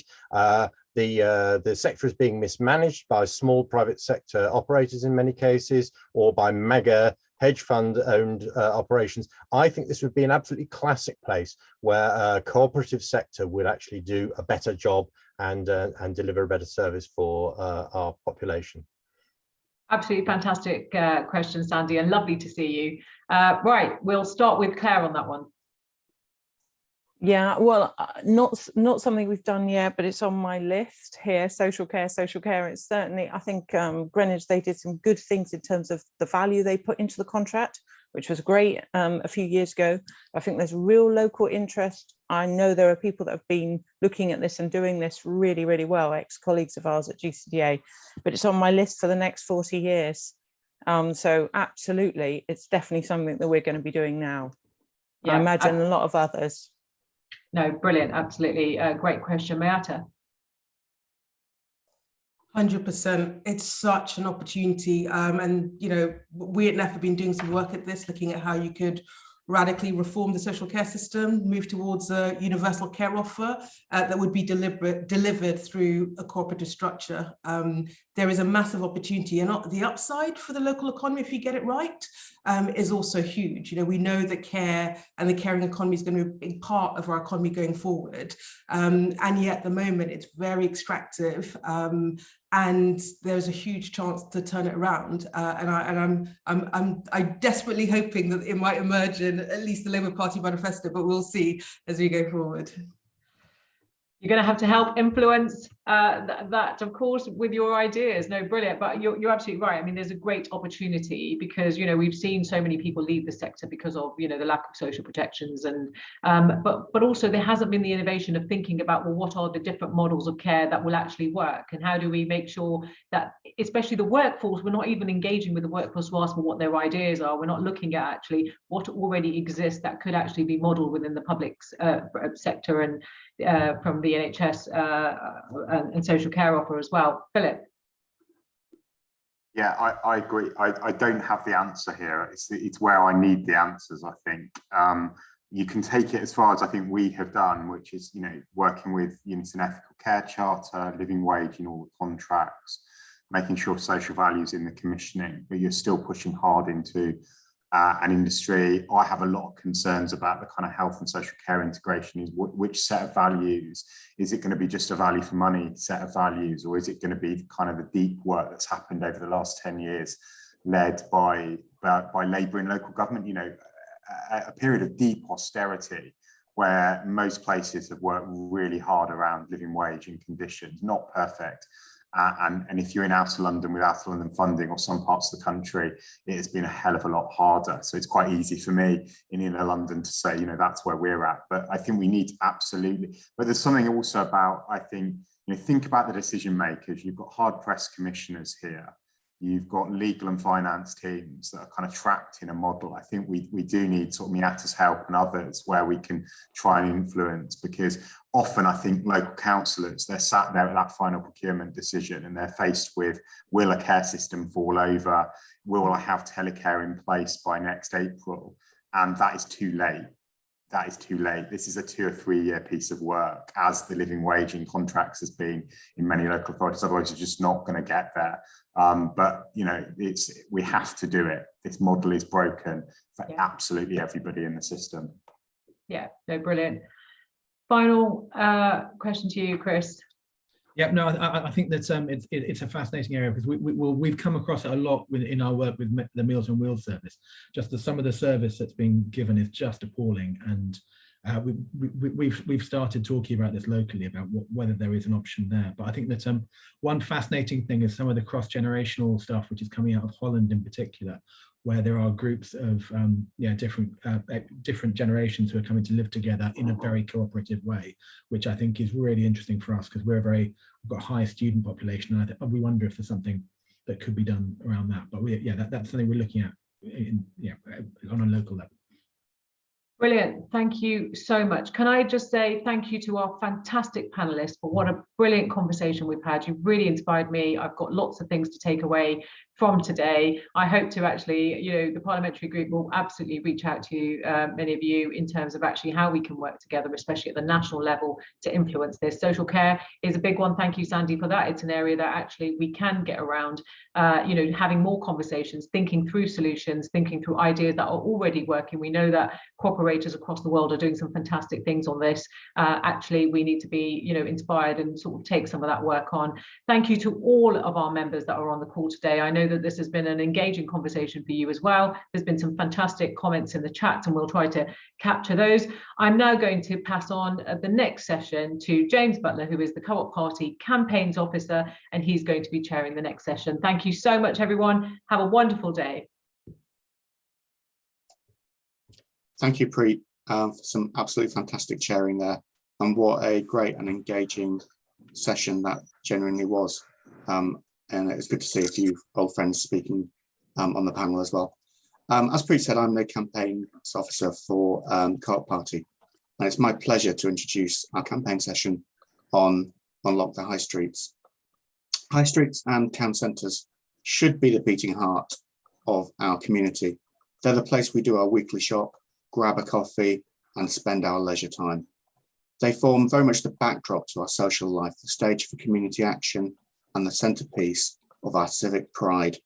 However, as we know, many high streets are struggling. Even before the pandemic, town centres faced a great many challenges, and the past months of uncertainty, lockdowns, reduced footfalls, and the new safety requirements with masks and the like as well as the financial crash, has squeezed consumer spending.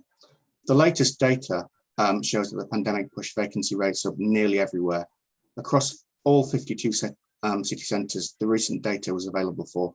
More than 2,400 units closed their doors, according to the Centre for Cities. We see that ourselves as we go about in towns or walk about in town centres. And we heard from Meg earlier about the importance of high streets in her area. So what can you do as an individual co-operator or a councillor? Well, pop Unlock the High Streets and Co-op Party into a search engine and have a look at the campaign and resources. We've got a survey, our draft letters, our council motion, our wonderful how-to guide. Pick up the council motion, put it through your GC or Labour group, see what your council can be doing on transparency and co-op ownership, community power, see what the government should be doing on tax reform and devolved funding. I also think Miatta made an incredibly strong point in the last session about some of the esoteric language that we sometimes tend to use. And high streets is a great example of how we can resonate and an issue which people can really understand and get to grips with. Now, we were going to have two great speakers representing councils who have passed our motion, but unfortunately, one of our speakers has had to pull out due to illness.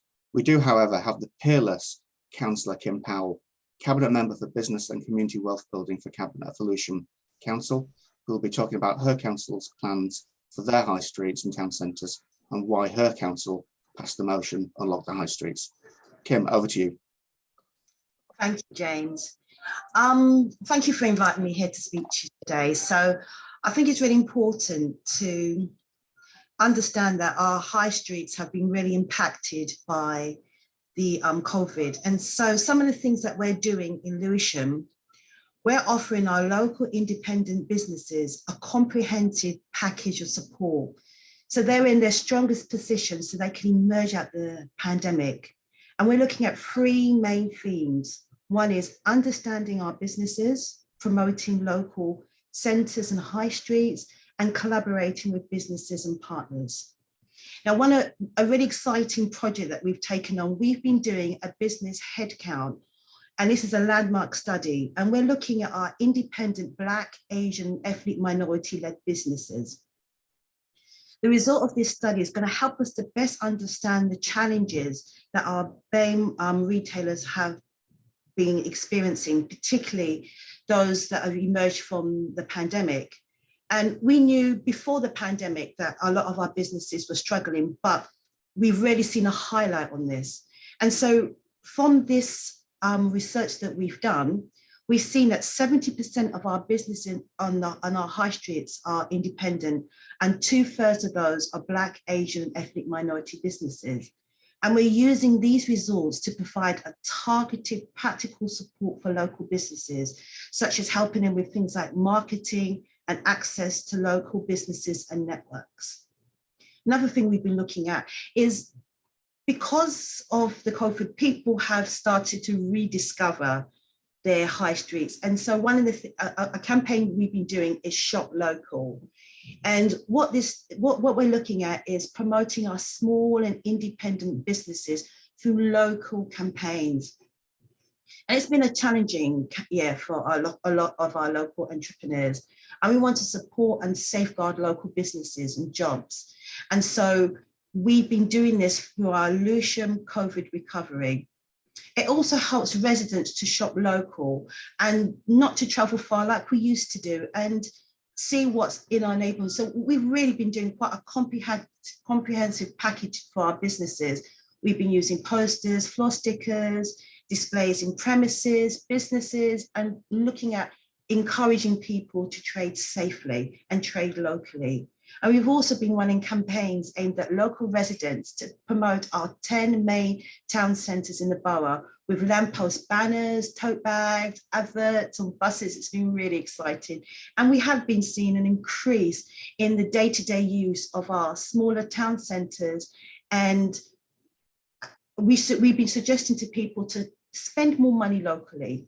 And particularly since people have been working at home, we have seen an increase in people using their local shops. And that's what we want to do. We want to keep a lot of the wealth in our borough.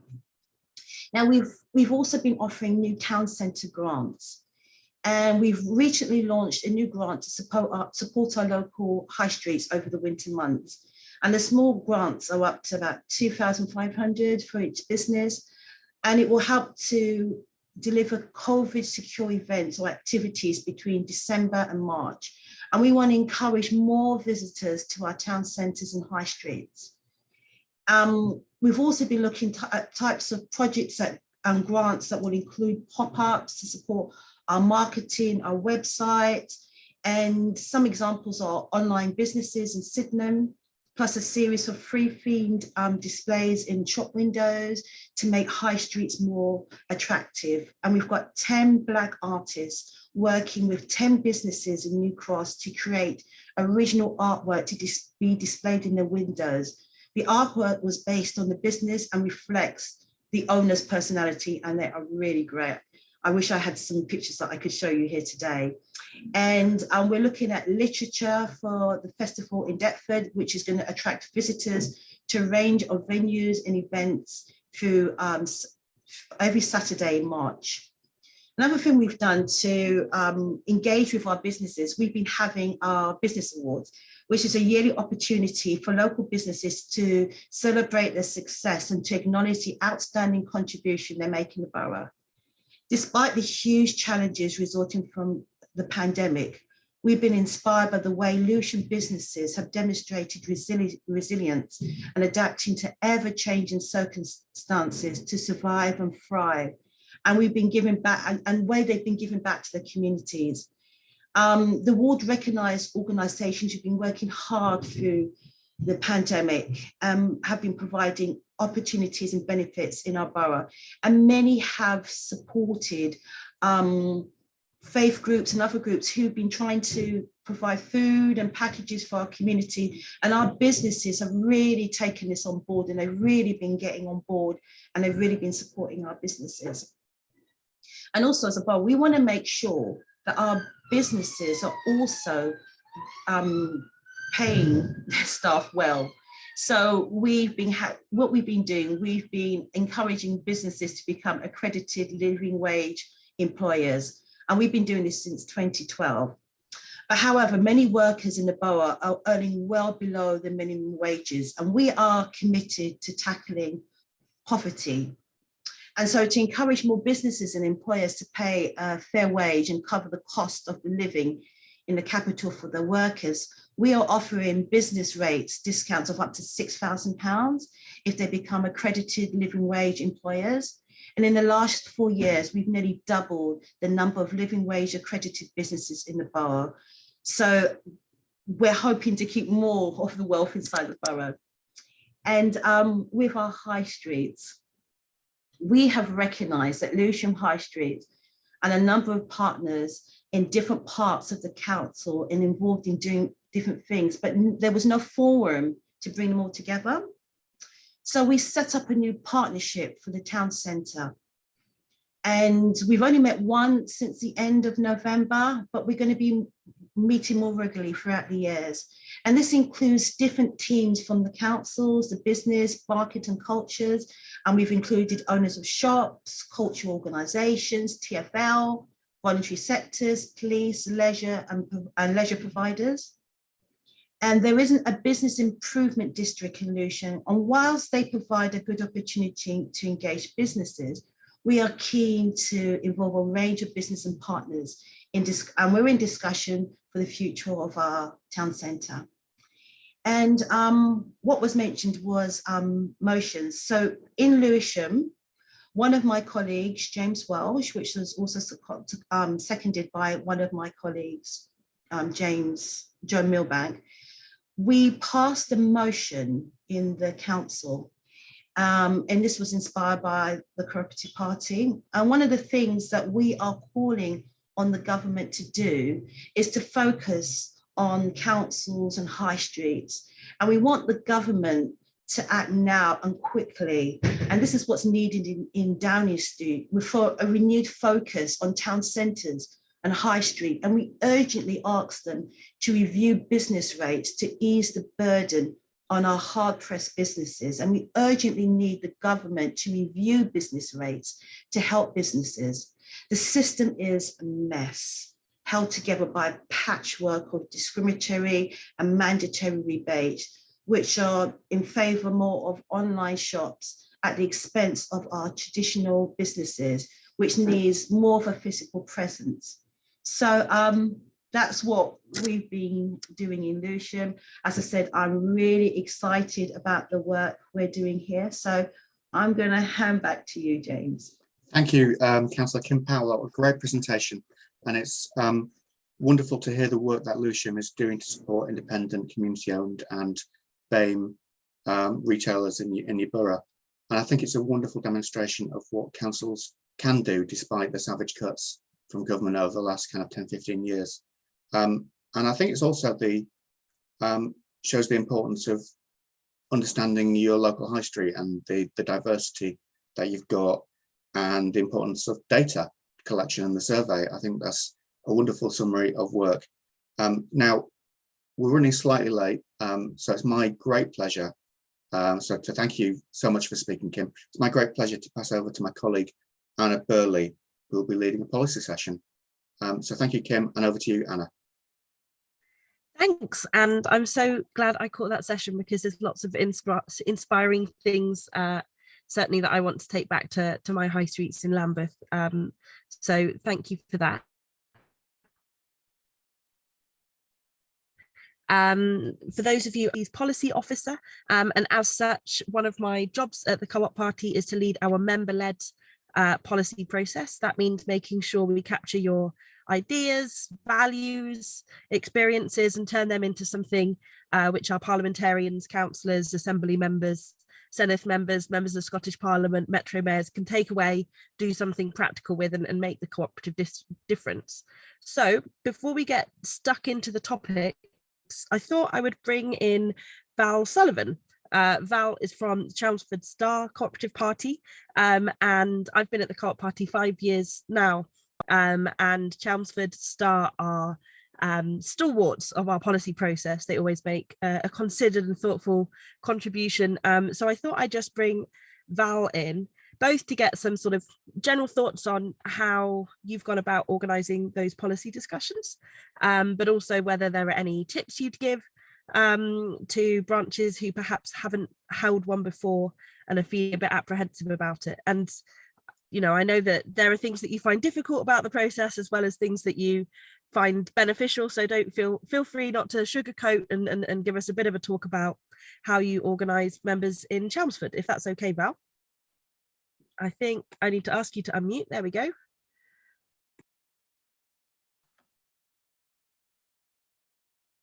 Okay. Okay. Well, my name's Val Sullivan and I'm Secretary of Chelmsford Star.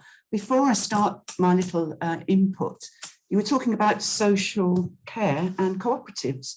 I've been to 2 conferences, admittedly, that was before COVID, where a group called Leading Lives, which is a workers' cooperative in Suffolk, I think, gave a truly inspirational input about what they do. It's a workers' cooperative. It seemed fantastic to me. Whether they're still going, I don't know. But I was going to invite them at one point, but then COVID came. But you can just Google Leading Lives and you'll find them. Well, greetings from Chelmsford. I think I might have to tweak your expectations a bit if you think you're going to hear anything as inspirational. That word's been used a lot this morning. I don't think I've got too much inspirational to tell you. I would never call our approach that. We do like to respond to the policy process every year, but what you're going to hear is just not nuts and bolts, basic entry, no frills, easy jet version of the whole thing. Why do we make this effort to answer the policy process every year? It may be because we're a cooperative party council that is very small. So it's possible to feel that our responses get lost in votes with block votes, and this is a way that we can be heard.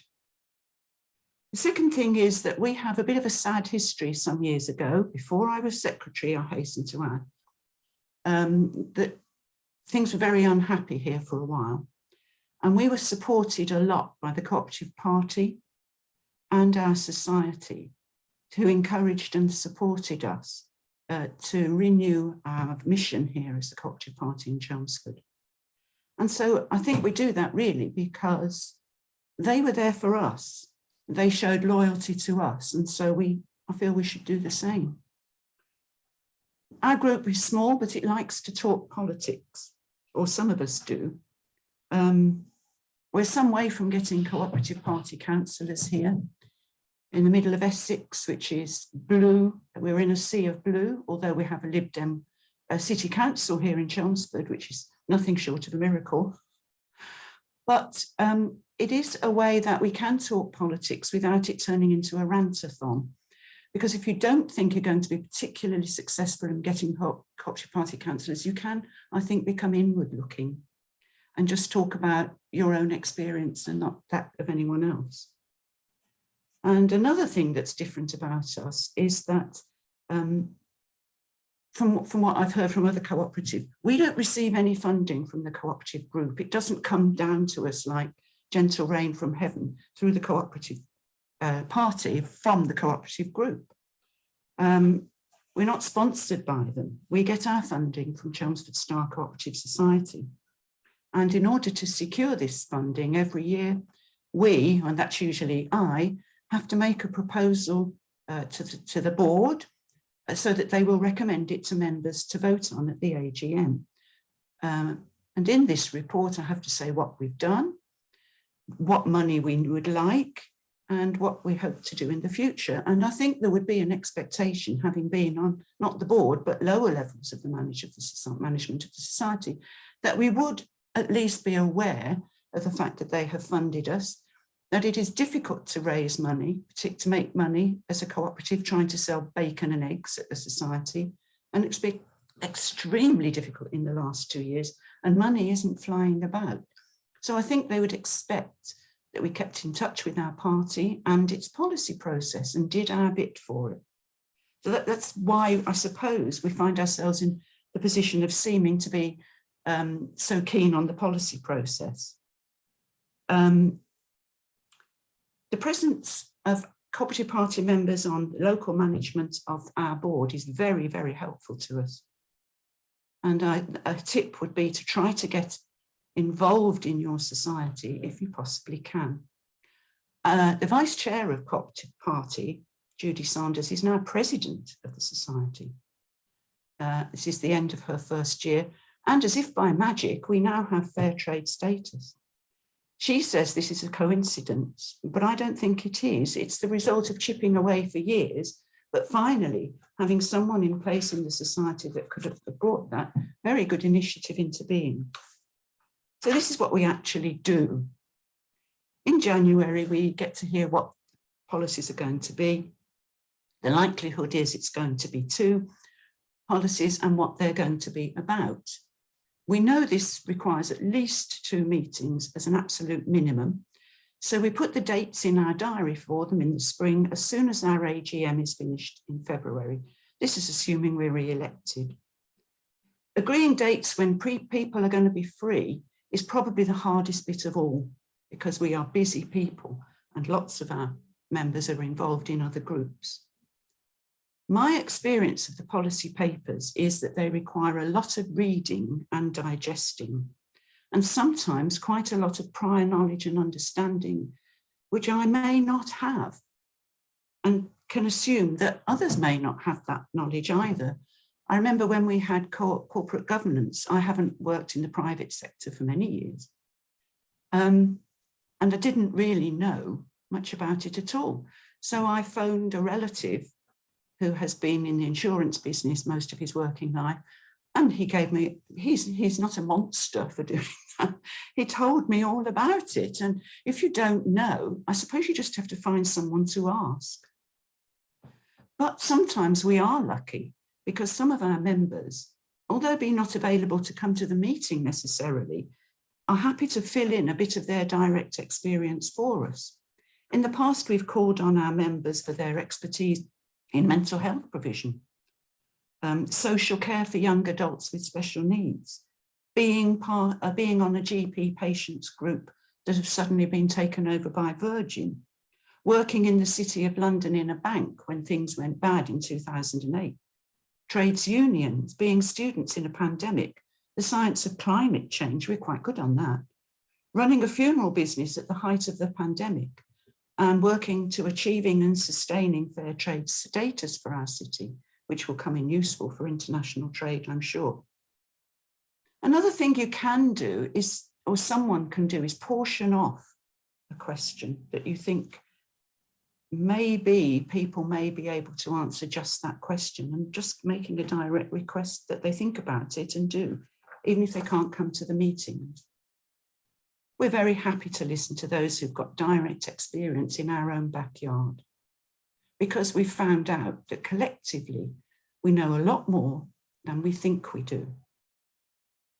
At the policy protest meetings, we used to try to plough through the questions, but have now become more confident just to do what we can do and not worry about what we can't. There are often a lot of questions for an hour and a half on Zoom, which is everybody's max.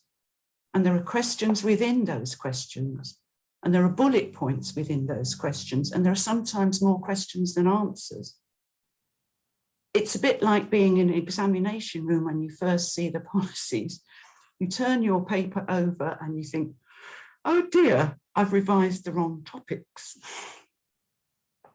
But if you read sometimes the question paper again, you think, well, I might be able to do something on that one, or I could do a bit of creative writing on that one.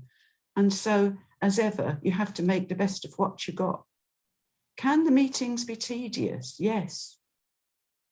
Are our answers always good or what you were looking for? Not sure.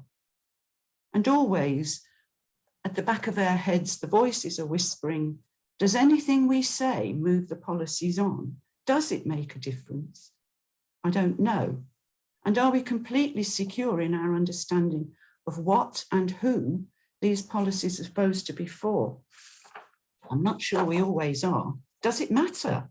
Well, yes, I think it does, because we want to trust that those who have a wider scope of the big picture than we possibly could have know more about these policies and will guide our elected representatives, if you're lucky enough to have them, and that this will be helpful. And finally, if we don't take part in the process, it must be extremely demotivating for those who write them and those elected who will try to turn the policy into practice. That's it. Thank you. And it's really good to get a bit of feedback on how we need to keep working to make sure the process is accessible, as well as sort of hearing about some of the thought process that goes into it from a branch perspective and a party council perspective. I think in answer to one of your questions about whether your feedback is listened to, the impact that it has, whether it's what we're after, the answer is yes. And I'd want to sort of reassure everybody that we don't, we appreciate there are lots of experts in our membership, and we want to make sure we've got the kind of tough questions that enable those experts to give their examples of best practice and the benefit of their experience. But equally, if you want to stick to some of the other questions where you feel more comfortable, talk about values and how they fit into services, or share your own experiences of using them, that's helpful as well.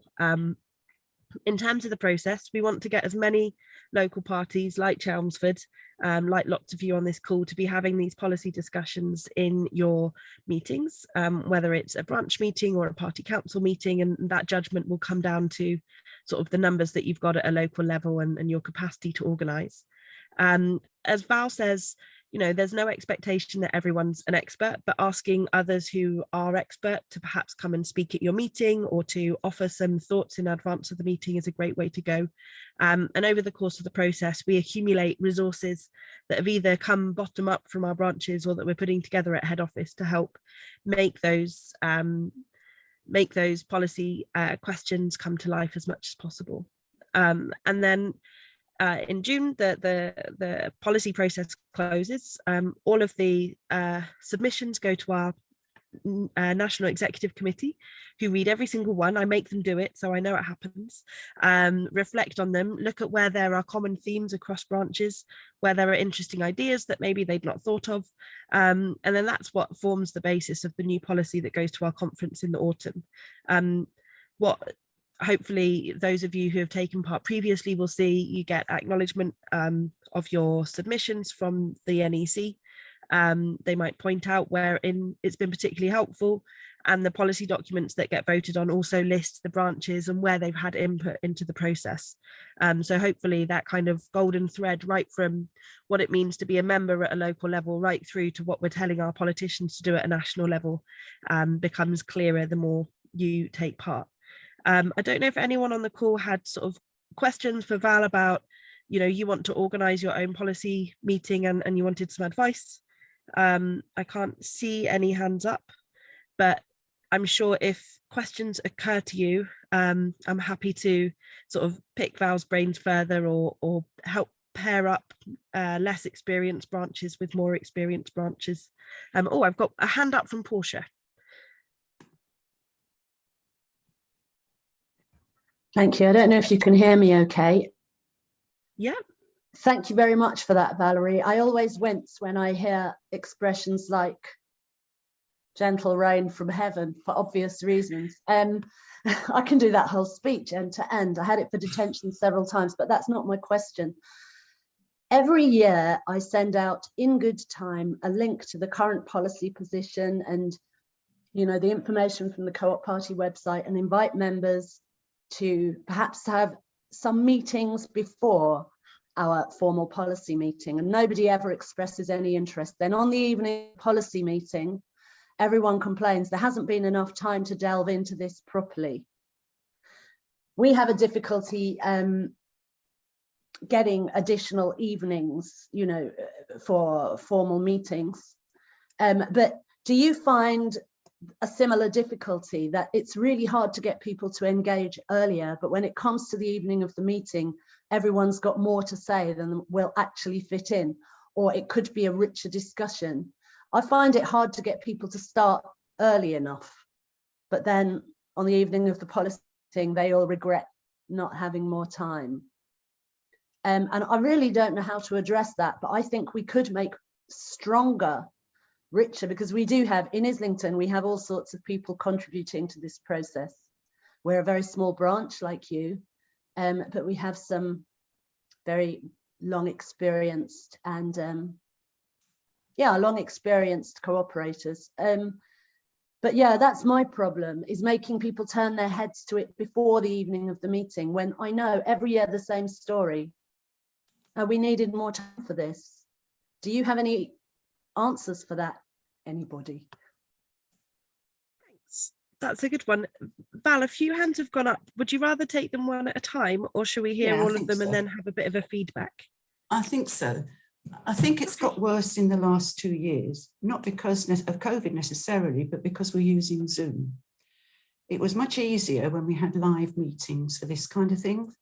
And when I first took over and I was first doing this, I looked at the policy, and it came in the format of a booklet, beautiful colour prints, lots of white space, incredibly difficult and expensive to photocopy. Because what some members have said to me is, we actually like paper copies, you know, because I'm actually using my phone and it's not very good for reading a policy, or I'm on my iPad and it's still quite a small screen to be looking at a whole page. And I like to read a bit when I'm having my coffee at work. I've heard that said. So I actually like paper copies. And I did go so far as to telling John Boyle this when I first took over. And he produced for me a no frills version, no pictures, no colour, little booklet down to A5 that I was able to send out to members. We haven't got that many, you see, so I could knock on doors and give, and then they had something to read in advance, because I don't think it's a big expectation to ask members to read the policies in the format that they come. It was. Lovely photographs, beautiful presentation, but I don't know how many people read them. I don't know how many people counted as I did that on one page. I mean, this was years ago. I think it said the government should 12 times. That's not really a policy to me. Yeah, and that's feedback we've had from a few branches around having something that is printable. So we don't want to give up on our pretty online versions, but we also make sure we have a simple black and white PDF hit print version as well. You can read on the train. To help with that. Yeah. No, I think that was a really useful bit of feedback we got, and I think if you've got capacity to pop them through doors, that's amazing.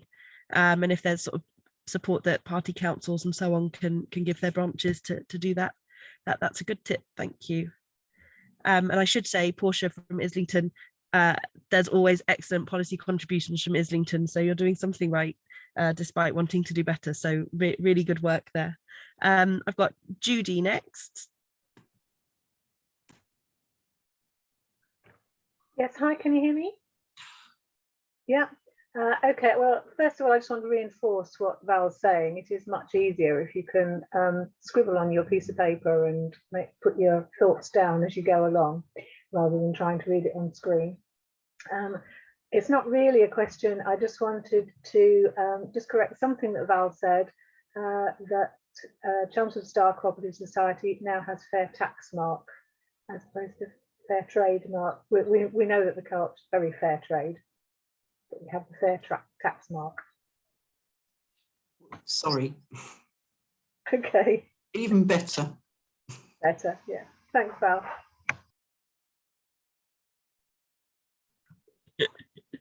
Great, thanks, Judy. And then I'm conscious we've got speakers. We've got a speaker on international development and then some speakers on health policy.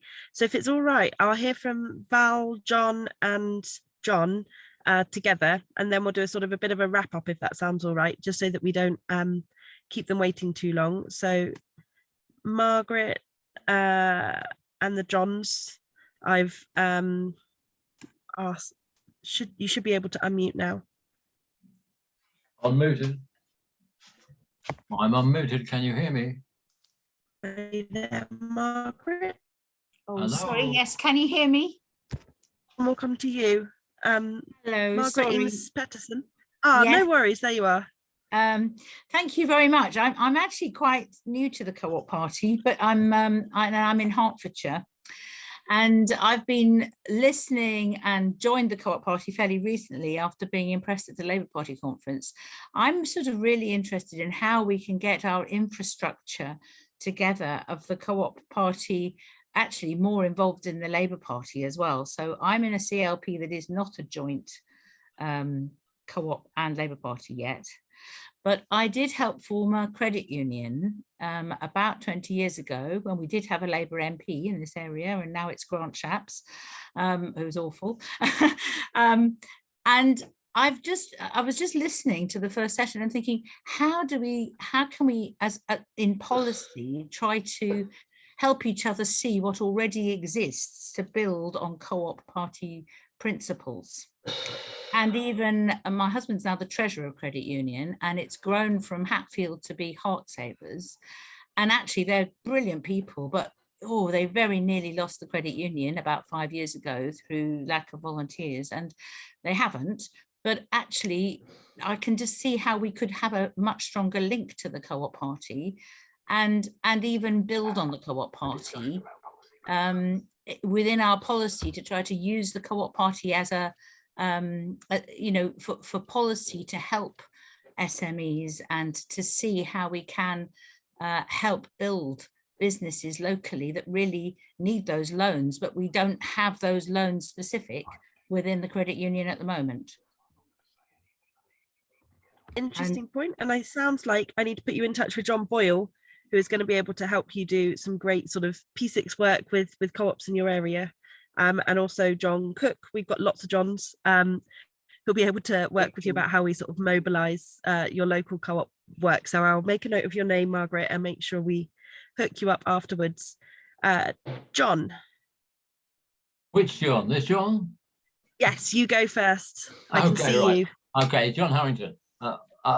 Coming from Chelmsford, just thank you, Val, for raising the point that I mean, I'm watching this on a nice 23-inch screen. I can watch it on you on one side and do other things on the other side.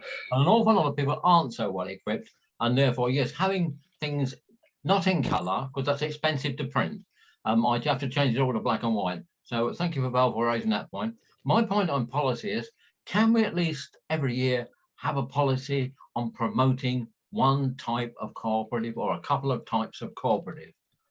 We seem to have forgotten what our original purpose was actually to defend co-ops and to promote and increase the number of co-ops. At the moment, there are about 7,000 in the UK. That's about the same number in New York, because there's 70,000 in the United States. That's the home of capitalism. And here we are, founders of the housing and the retail cooperative movements, not the other co-op types, but we've got precious few co-ops. Now, I think we need, if we're going to be credible as a cooperative party, to actually do one of our original purposes and promote cooperatives. So can we have a policy which looks at two areas? How can we promote? We've said the credit unions, school co-ops, farmers co-ops. There are so many different sorts of co-ops we are just not promoting. Okay, where's flag? I'm married to a Japanese lady. That's why people ask why are the flags there. They're also to cover all the rubbish in the office. They're wonderful, and agree with you entirely about the need to get more co-ops, and we'll direct you to, we've got some really good work on called Cooperatives Unleashed. We commissioned some work on how, so that might give you a few starting points for that sort of piece of work on co-op growth, but always very happy to get ideas, and I'm sure Izzy will be able to circulate the policy email. Our next John Warmington. Yes, thank you. I will almost put my hand down because this session is supposed to be 10 minutes and it's already gone half an hour. And I just thought I'm not going to say anything because we really need to get these other speakers heard. And I think you probably made a mistake inviting these comments in the first place.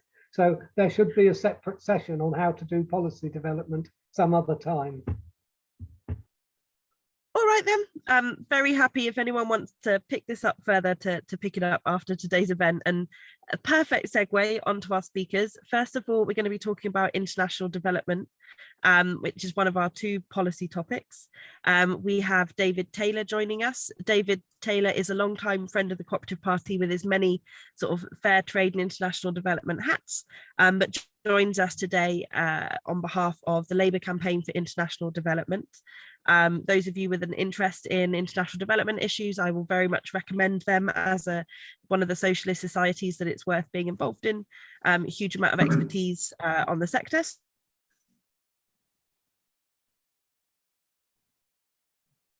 So without further ado, hand over the virtual mic to you. Go ahead and we'll take a few questions and comments afterwards. Thanks, Anna. Hi, everyone. I don't know about everyone else, but you slightly froze up at the end there. So just shout if it's my internet, but it sounds like I can see Andrew nodding that it might have been Anna. So I'll go ahead. I think it'll be me. I've got notoriously bad internet, so I'm very sorry. No, not at all. I mean, as I said, shout if you can't hear me at any point. It's great to be joining you. As Anna says, I'm a member of the Cooperative Party myself and have been since I think when I first got involved in cooperative. I definitely joined the Co-op Party before I joined the Labour Party, I think, or definitely very early on, because I have always been a member of my sort of local cooperative wherever I've lived, and a big supporter of fair trade at university, campaigning on that. And as Anna said, I am here speaking for the Labour Campaign for International Development, but I also do work in my day job for the Fair Trade Foundation. So, and I also interned for Gareth Thomas, the former parliamentary chair as well. So there's my co-op cards on the table. No, one more. I think I was on the Co-op Youth Party youth board at some point. Yeah, those days long gone, unfortunately. But yeah, great to see everyone. So Anna's asked me to NAC have asked me to come on and talk about where we are from an international development point of view. I know pretty much all of you on this call will be well versed with issues yourselves, because I know how much the Co-op Party have been at the heart of the campaign to try and defend aid and international development in this country. And I know you've got a sort of long-standing petition, which is fantastic around this. So I was going to start there really and say that your work is not, it might feel like we all feel a bit like we're swimming against the tide a bit on this issue, but it's not in vain, and we have to keep going, because there will be opportunities again to bring 0.7 and DFID back, perhaps not under this Tory government, but hopefully under a future Labour government. But I will talk about the Tories a bit, because we do have a role to play in opposition, and I think it's worth us just keeping that in mind. So yeah, there's no point denying that last year was a really difficult year, not just because of all the ongoing impact with COVID, but because of we lost 0.7, and we managed to defend it since we lost power in 2010 for quite some years. As LCID, as Labour, we played a really important role in getting it enshrined in law. And so, you know, that was a huge achievement back in 2015 that I know many of you were involved in as well. So that was very difficult. We then had a G7 summit which failed to deliver what we hoped on vaccines, a real wasted opportunity considering the relatively small amount of money it would cost to vaccinate a great number of people. And we all remember what happened in 2005 when we had a Labour government and we had a Labour Prime Minister and a Labour Chancellor, and we were able to get a really historic aid deal through, not just in terms of what Britain committed to, but what some of the richest countries in the world committed to. And it really felt like the summer was a wasted opportunity. And then the third one, which personally I found probably the worst, perhaps because it come off the back of the other stuff, was what happened in Afghanistan. And I sort of hoped that Biden coming in would be an improvement on Trump when it came to foreign policy, and that, you know, maybe we might see some movement in some long-standing conflicts where the US had just been completely absent, like Syria. And you know, the Afghanistan debacle just proved that he's got no interest in doing that. And some of the stories that you would have seen were absolutely horrific in terms of people struggling to get out, fearing for their lives, NGO workers who worked on human rights left behind, as in the Afghan colleagues, because they just couldn't find a way out. A lot of them did get out, and I know a number of my friends worked tirelessly, and a number of Labour MPs worked tirelessly to try and get people out. But you know, the majority of people, it's just the reality, were left behind. And now the news is getting even worse with what's happening with this entirely man-made famine that's looking like it's going to hit Afghanistan at the moment because of the Taliban takeover and his withdrawal. So I don't come to you in a, you know, to say it's all rosy, as you know, it's not. The big worry as well is COVID and the continued reverberations around that. 3 billion people still unvaccinated. There is hope this year that we can see renewed interest with a social democratic government in Germany. They host the G7 this year, so that might be a good opportunity to see a deal on vaccines there. The Indonesians host the G20 later in the year as well, so that's potentially another opportunity. I think there's limitations to the self-interested argument because, you know, it's the right thing to do regardless, but there is also a massive risk to us in Britain as well if we continue to let COVID carry on, because it's not been, you know, we'll see more mutations coming up and new variants, and that poses a risk for us when 3 billion people are still unvaccinated. And there is also the worry that I have, speaking partly with a fair trade hat on, of the knock-on effects of COVID on poverty. So poverty itself has risen in parts of the world because when lockdowns happened, there was not the same safety nets that there were here in the UK. I mean, that's not to defend Sunak and say that what we've had here has been brilliant. It could have been better, of course, but the developing country, a lot of developing countries don't even have that. So, for example, when the COVID pandemic hit at Fair Trade, what we were worried about was that a lot of these places got shut down and there was no alternative. There was no alternative sort of safety net for a lot of the workers.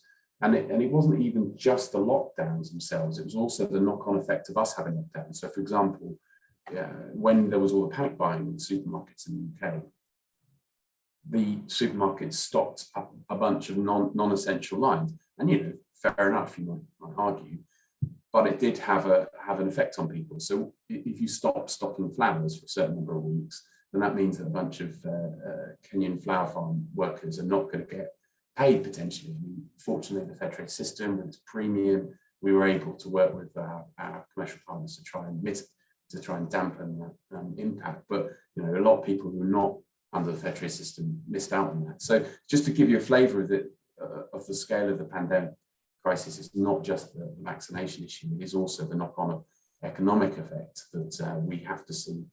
That's why we need to see much more support going to developing countries. Just returning then to aid and to point 7. So, you know, obviously we lost the vote, and the development sector as a whole were doing a really good job working with Labour, with the Co-operative Party, with everyone to try and ensure that there were enough Conservative MPs that would rebel. And we came really, really close. Andrew Mitchell deserves credit, the former Tory Defence Secretary. He did work really well in Parliament, tried to get enough rebels there, but unfortunately some of them just wimped out. I mean, there's no point denying it. There were, I'm not going to get into names, but you know, there were some people who changed their mind because they genuinely they're Tories and they're more concerned about austerity and have a different view to economics than we do, and were worried about the debt and thought that that was the only option. I mean, we think that's nonsense, of course, because you do not cut in a downturn. Everyone knows that from a Keynesian point of view, but that's not their ideology. I can sort of respect that. I completely disagree with it, but I can sort of respect it. What was really hard were the Tories that had gone on trips with the NGOs, had said the right things about international development, had even worked for the international development NGOs, and then just decided that they were going to vote with the government for their own careers or for whatever reason. And you know, can't fault Andrew Mitchell, can't fault the international development sector as a whole for that, because you know, they tried their hardest to get what they thought were a good number of rebels. And if the vote had been sooner, maybe we would have got there, but we didn't. So what the sector is trying to do now, and LCID is trying to support this as cleverly as we can, is to just try and wait for another, I'll read your comment in a minute, Sandy. Well, yeah, exactly. But I suppose I was talking about the ones that said they were going to rebel and told us they were going to rebel, told Andrew Mitchell to rebel and then change their mind. However, you know, there's all sorts of shenanigans going on in the Tory parties. Things change. So what's happening now is just trying to wait for another opportunity to bring back vote in this Parliament. So that's why it's still important for us to keep an eye on what's happening and keep signing the petition and being part of the Co-operative Party's campaign on it, because you never know, we may get another opportunity to bring this vote back, and there might be just enough Tory rebels this time around to get it over the line, because Johnson or Sunak or whoever has annoyed them by through some reshuffle or through some other reason. We don't know. We can't make any promises and have to be sort of realistic as to where we are, but we're continuing to campaign on point 7 as LCID, because you never know when that moment for another vote might come up. And particularly if you live in a seat which doesn't currently have a Labour MP, then it's even more important that you continue to engage on this, because you never know, it might be that phone call or that letter, that email from you as a constituent that pushes that Tory over the line and urges them to rebel on a future vote. So it is definitely worth us continuing to campaign on that. Labour have been, as you know, incredibly committed to aid and point 7 for a while. I think it's worth us continuing to support that as Co-op Party members. I think there's two things I wanted to say as a sort of,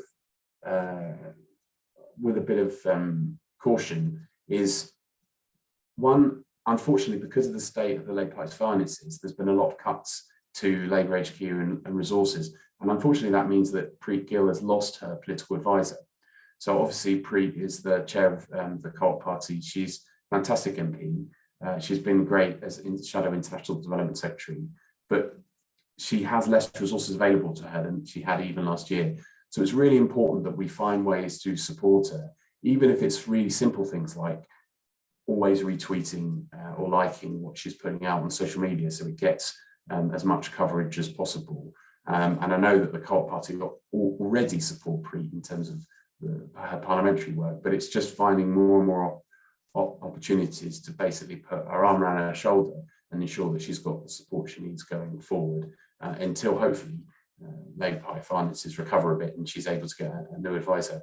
That's certainly what we're going to be doing as LCID. That's what the international development sector is trying to do, just to make sure that her important role continues to be supported. Obviously, it's fantastic that Keir's kept her on in the shadow cabinet, and that's really, really brilliant. But it's just the reality of the finances. We don't have her.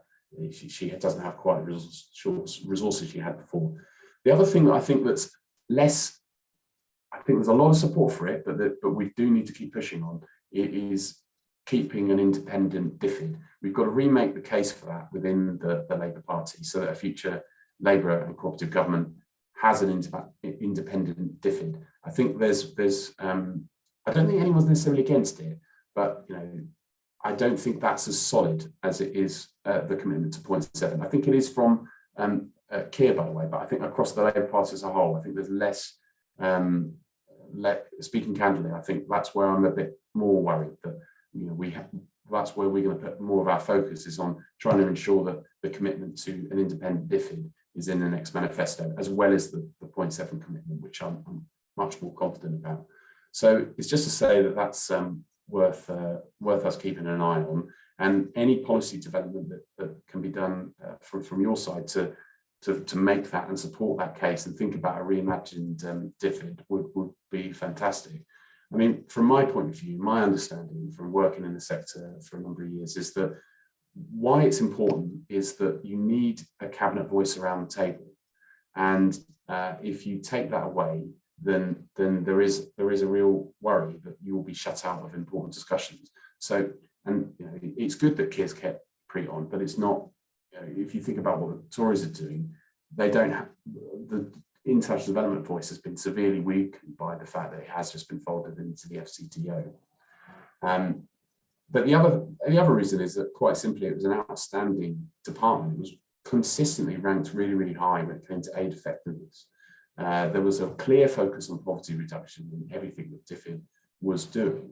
And if you take that away and you put it in with the Foreign Office, there is a real risk that the purpose of aid gets mangled up with our foreign policy commitments. And in an ideal world, they are one and the same, but it isn't necessarily the case that historically the FCO has focused aid on poverty reduction. In fact, when the Tories were in power pre-97, there was a big scandal around aid essentially being spent on a dam so that I think it was the Indonesians would buy our weapons, or the Malaysians. It was the Burger Dam scandal, but that's the sort of thing that can happen if you don't have an independent department. Just finally then, obviously we have a really strong voice as co-op party members about our own unique selling point when it comes to development, which is around cooperatives. And this is where I sort of talk a little bit more with my fair trade hat on, because I see every day the work that cooperatives are doing around the world to improve their communities, be they, for example, cocoa farmers in West Africa. A future Labour government should be spending a lot more, I think, to support cooperatives around the world and to support workers around the world. And that's something that sort of has inevitably fallen away since the Tories came in 2010, given that they've got a different ideological bent. Most of the humanitarian stuff has continued as was, so I'm not going to necessarily criticise that, but the Labour imprint that was there before, and the Labour and the cooperative imprint that was there before 2010 has gone away. And if we're back in power, we've got to look at ways in which aid can support cooperatives around the world and to support workers' rights much more than currently being done. So yeah, I think that's a sort of overview of some of the issues, and I would love to talk to you and hear your questions and have a discussion. Great, thank you so much, David. I'm going to keep my video off, conscious that my internet isn't my friend today. Izzy, I'm looking at you to wave at me if I'm not able to be heard. All right. I think I'll take, because of timings, we'll take, say, 3 questions now for David, but there is, opportunity for me to pass questions on or to get some resources off David on topics you'd particularly like that you can use at your own branch meetings. I can see a hand up from Portia. I'll give Portia if you want to get going, and then if there are any other hands, we'll take them as they come. Thank you, David. That was really, really interesting. You've given us lots of pointers as to where we should be thinking, but I was glad to hear you mention early on Kenyan flower producers. And I know that we have got a fair trade label on that, but I've been questioning this since 2005 actually, but it's very hard to get anybody to hear, but hey. When I read an article by Felicity Lawrence, but I've got friends from that region, so I'd heard it in another way, but Felicity Lawrence questioned the validity, and she's a big fair trade supporter. She questioned the ethics of labelling intensively farmed flowers, which are owned by, in basically new plantation culture, owned by Dutch multinationals, and polluting freshwater lakes. One of the things which she questioned was that people are subjected to compulsory overtime around periods of peak demand overseas in the UK.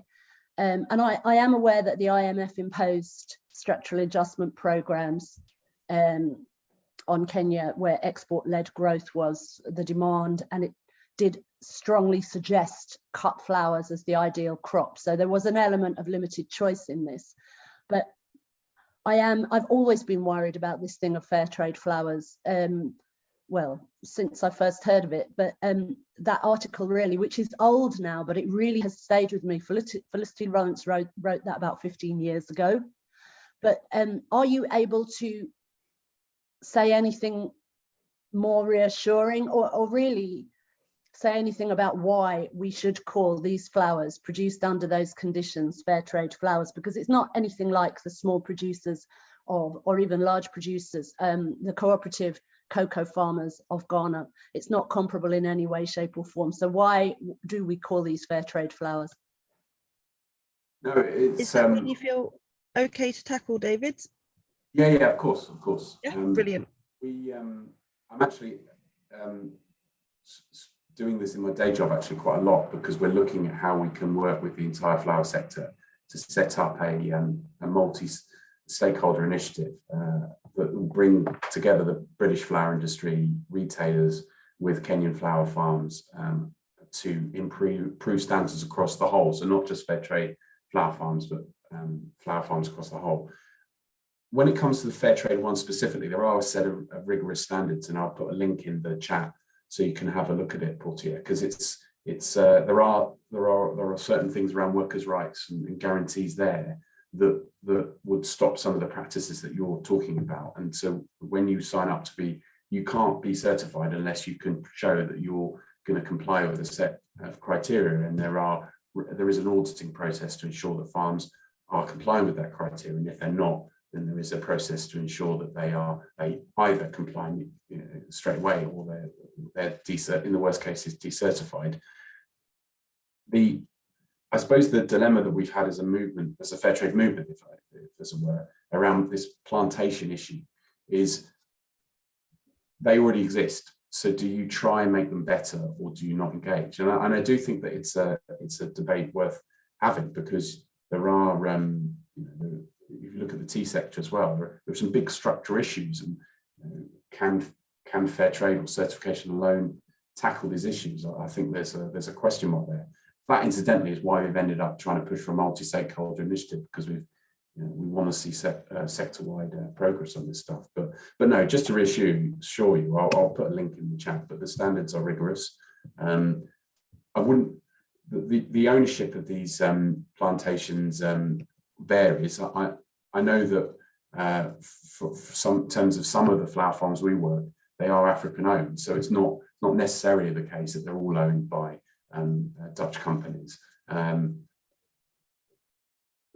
Supply chains are complex, so you always have a limited number of buyers. Even if you're a cocoa farmer who's part of a cooperative and you've got a fantastic setup there, you're still relying on the whims of about 5 or 6 different traders, because there's only 5 or 6 traders you can sell your cocoa to. So it's always going to be ridiculously complicated. But as I say, to reassure you that when it comes to fair trade flowers, we've got rigorous standards in place, and those standards matter because it means that there is a minimum price for the flowers that they get, which means that they're able to get decent wages, And it also means that in the time of the COVID crisis here, they were much better able to respond to the COVID pandemic than some of the other flower farms.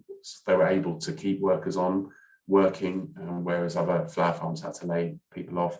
They were able to get PPE equipment to them a lot easier and a lot quicker. And they were able to provide other forms of financial aid or food to ensure that their families did okay during that difficult period from March 2020 to the summer, really. So, yeah, I hope that answers your question, but I'll pop a link in the chat, and I'm also happy to talk to you directly, Portia, if that's helpful. Great, thank you. So I think I can't see any other hands up. You know, if there are further questions or resources we can get off David to be able to share, then do get in touch with me, and I'm happy to send them on for your branch meetings. So I'm going to move on to our conversation about health, which is our second policy conversation. We have a really interesting and varied lineup here. We have Andrew Gwynne MP, who is Shadow Minister for Public Health. Andrew, we're really thrilled to have you. We have Ed Rosen, who is the founder of the Lambeth GP Food Co-op, which, as well as being in my own backyard, and I'm really proud of in Lambeth, is a really excellent example of the way that cooperative and community provision can have a real positive impact. And then we have Mo Girach, who is an academic from Buckingham University, co-author of Power to the People, the Mutual Future of Our National Health Service, who will bring a huge amount of expertise. So I'm going to hand over first of all to Andrew, if that's okay. Yeah, thank you very much. I hope you can hear me. Thank you for inviting me to speak today. I'm actually speaking to you from my London flat only because of the fact that my 3-year-old grandson, who we care for, has got COVID in Manchester. So it means that home's a no-go area for COVID-free me.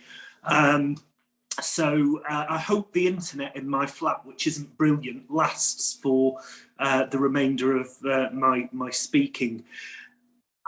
I think it's a real pleasure actually to be able to outline what the priorities are and the work of the Shadow Health team. Obviously, much of what the Shadow Health team has been focusing on for most of the last 2 years has been linked in one way or another to COVID-19 and the pandemic. I was delighted to be asked by Wes Streeting to join his team just after the reshuffle, having taken a near 2-year sabbatical from the front bench, and it is good to be back. And it's actually good to be back in a job that I've had previously. From 2015 to 16, I was the Shadow Public Health Minister too, under Heidi Alexander, and I was also a Shadow Health Minister under Andy Burnham for the 5 years preceding that. But what we've seen, particularly because of the pandemic, is that the strain on the NHS that was already prevalent before the pandemic has been exacerbated.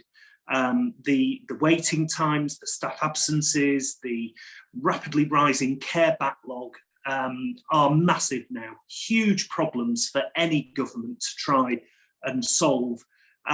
They were big problems before the pandemic, and we can't allow the Conservatives to blame all of this now that's happening in our NHS and care system solely on the pandemic because the problems were baked in already.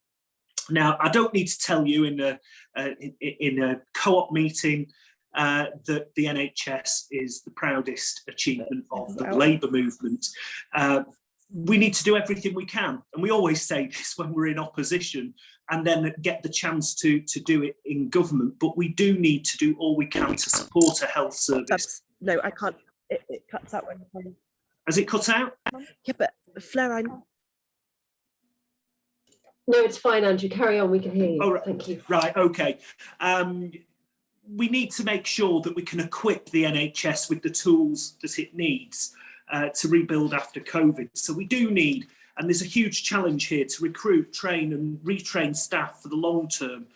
And while the government's currently trying to push through its health and social care bill, which says very little actually, in the way of addressing the staffing crisis, and even less on pay and conditions. We've got to make sure that we have those plans ready for when we get into government. Another focus is obviously going to be driving down waiting times. Waiting lists were already at the highest on record before the pandemic started, and the NHS was in an incredibly vulnerable state before the COVID-19 pandemic hit these shores.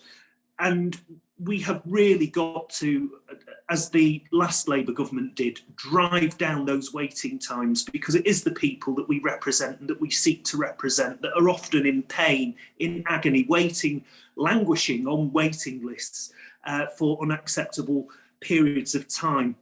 So that absolutely has to be a top priority for an incoming Labour government.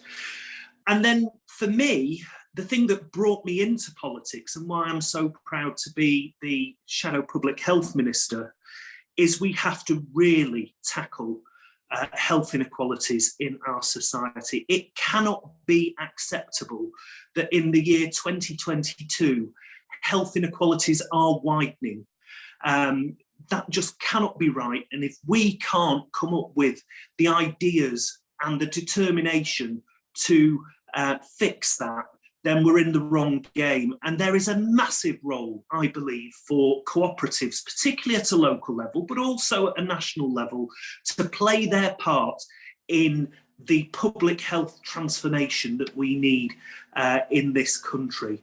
You know, it can't be right that life expectancy, which has been on a steady ascent for a century, began to plateau in 2011. I mean, it does make you wonder what happened in 2010 to start to reverse that trend.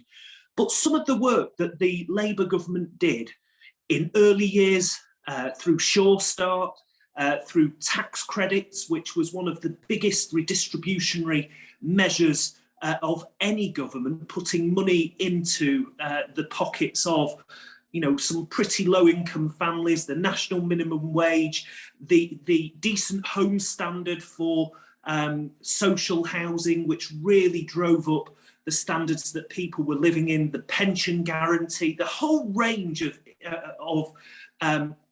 interventionist measures that really drove forwards improvements in public health. And perhaps one of the biggest measures that was massively unpopular at the time, but I don't think anybody would reverse it now, was the smoking ban. We took a really brave decision, and that made a huge difference to the life expectancy of many people in this country. But we've got to do that again with the same vigour, and we've got to bake it in for the long term. You know, I get so frustrated when we're in debates in the House of Commons and Tories say, well, Sure Start didn't work. It was a quick fix that didn't deliver. Sure Start was never intended to be a quick fix. For me, you ask the parents that went through Sure Start in 20 years' time when they're grandparents, you ask the children that went through Sure Start in 20 years' time when they're parents whether it worked. It was a vision for the long term, and we've got to reinvest in some of these strategies again, because it's heartbreaking that life expectancy is now narrowing, and COVID has made that worse, and it's something that we've really got to tackle. And then the last thing I want to talk about is social care very briefly, because the government's social care plan, I believe, is insufficient to deal with the huge crisis that the sector is facing. In the 2.5 years that I was the Shadow Communities and Local Government Secretary, we really worked hard with local government, and there's some excellent examples at a local level of what Labour councils and cooperative councils are doing to try and patch up a broken social care system. But with the right resources and the right political determination, some of those initiatives could be rolled out at a national scale. We could really upscale some of the innovative working in the community and make transformational difference. And that is something that we've really got to look at. And I think there is a huge role here to engage with the Co-op Party and to look at both co-op councils and the work that they're doing, but also local social care cooperatives that are doing some quite transformational things in very difficult circumstances, and what could they do on a bigger scale if there was a government on their side. So there is so much that we've got to do in the weeks, the months and the years ahead to convince people that we need a Labour government to transform our society, that public health has to be at the centre of all we want to do. And we've got to remind people that the Tories really didn't fix the roof when the sun was shining on health and social care. And as soon as COVID hit these shores, we were ill-equipped and unprepared for the scale of the pandemic that we've been through. But public health has to be at the front and the centre of everything the Labour government does in the future, narrowing those health inequalities, improving people's lives, changing outcomes for the better. That's why we came into politics. It's why we joined the Co-op Party. It's why we're Labour. So let's make it our mission. Get that Labour government and let's transform Britain for the better. Thank you. Thank you very much, Andrew, and a great rallying call to action for all of us, I think, to use our activism to make that happen. I'm going to invite Ed next. I can't see you on my screen, but if Izzy, you could invite Ed to unmute. I've unmuted. Ah, fabulous. I will hand straight over if you could let us know a bit about what you do, why you do it, and where you think there's opportunity for more cooperative models in the health sector. Okay, thank you, and good afternoon, everyone. I'm assuming I can be heard, if not seen. I'm going to just speak for a couple of minutes because I've been listening since 10 o'clock this morning, and as it's coming up to lunchtime, I don't want to spend a lot more time talking. And I think, Izzy, we're going to show the video. Is that right? Yep, I'm just going to play it now. Great. No, don't show it yet. I just want to say a couple of things before I start. Okay. We started the Lambeth GP Food Co-op in 2013 as a cooperative funded by Lambeth Council's Cooperative Investment Fund and with match funding from NHS Lambeth. We are deeply rooted in the NHS as a demonstration project of what is the potential within our communities to create community-led health co-ops. I'm going to just speak in very brief sentences, and perhaps at another time during the year, we'll have a longer conversation. A bit about me. I am one of those civil servants that Meg Hillier talked about earlier this morning. I belong to a network of people working in the NHS and Department of Health who were and are deeply committed to creating mutuals, cooperatives and social enterprise across the health sector. Our focus has been on understanding the dynamics, there's someone at the door, I can't believe it, dynamics of the local health economy. So when our colleague from the New Economics Foundation was talking about the economy, we need to actually engage with the reality of what a local health economy looks like and what its potential could be. Okay, so I just want to leave it there. So we are now celebrating our 10th year of being Lambeth GP Food Co-op, and I was delighted last year. I don't know whether I should go answer it. Sorry. I was delighted last year we were shortlisted by Co-ops UK as a small multi-stake co-op of the year. And that was a shot in the arm for us. So we started in 2013. We build gardens in GP surgeries. We've done this across the whole borough as an attempt to create a model across the subsystem of a wider health system in London. We focused on general practice. We have 3 GP surgeries who are organisational members of Lambeth GP Food Co-op, as well as many patients and supporters. including Duncan Selby, who many of you know was the Chief Executive of Public Health England. So we've had a very close relationship right from the beginning with public health, and that's something that Andrew might want to come back and talk about later on. Our focus has been on food. We grow food. The original idea was to sell what we grow through procurement to an NHS hospital. Haven't quite done that yet, but we've got a stall that we run monthly at King's College Hospital, where we have a garden in Jenny Lee. And much of what you're going to see on the video was shot in Jenny Lee, and we are a cooperative.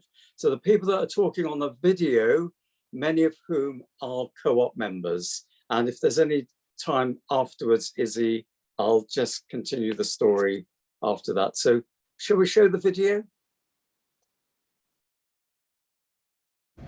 Brixton has recently welcomed the arrival this is the of wrong a new one. community-led We'll garden keep at the it. Cllr. Yeah.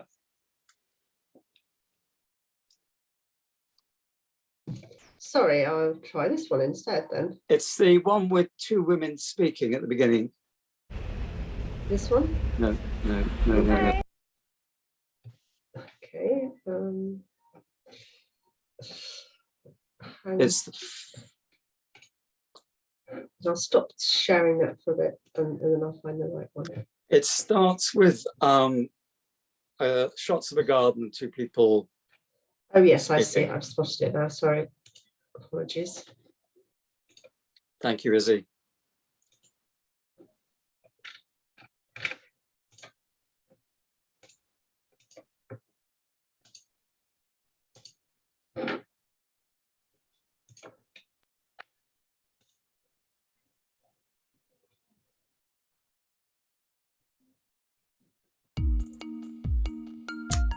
No, sorry, I don't know what's going okay. Let's get back to the other one then. It's for those, if you can't find it, for people who want to see it, it's on our website. Yeah. One last go. It begins with two patients talking about Lambeth GP Food Co-op. Here, I'm working as a lead person We'll show this one. With this project.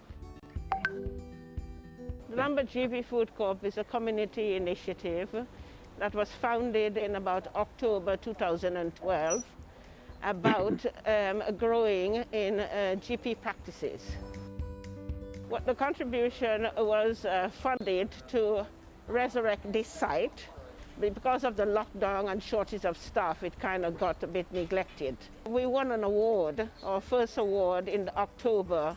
We won the best sustainable garden in the community. One of the aim was to grow food to eat that everybody knows how to look after, because this garden is not about me, it's about the people who come here.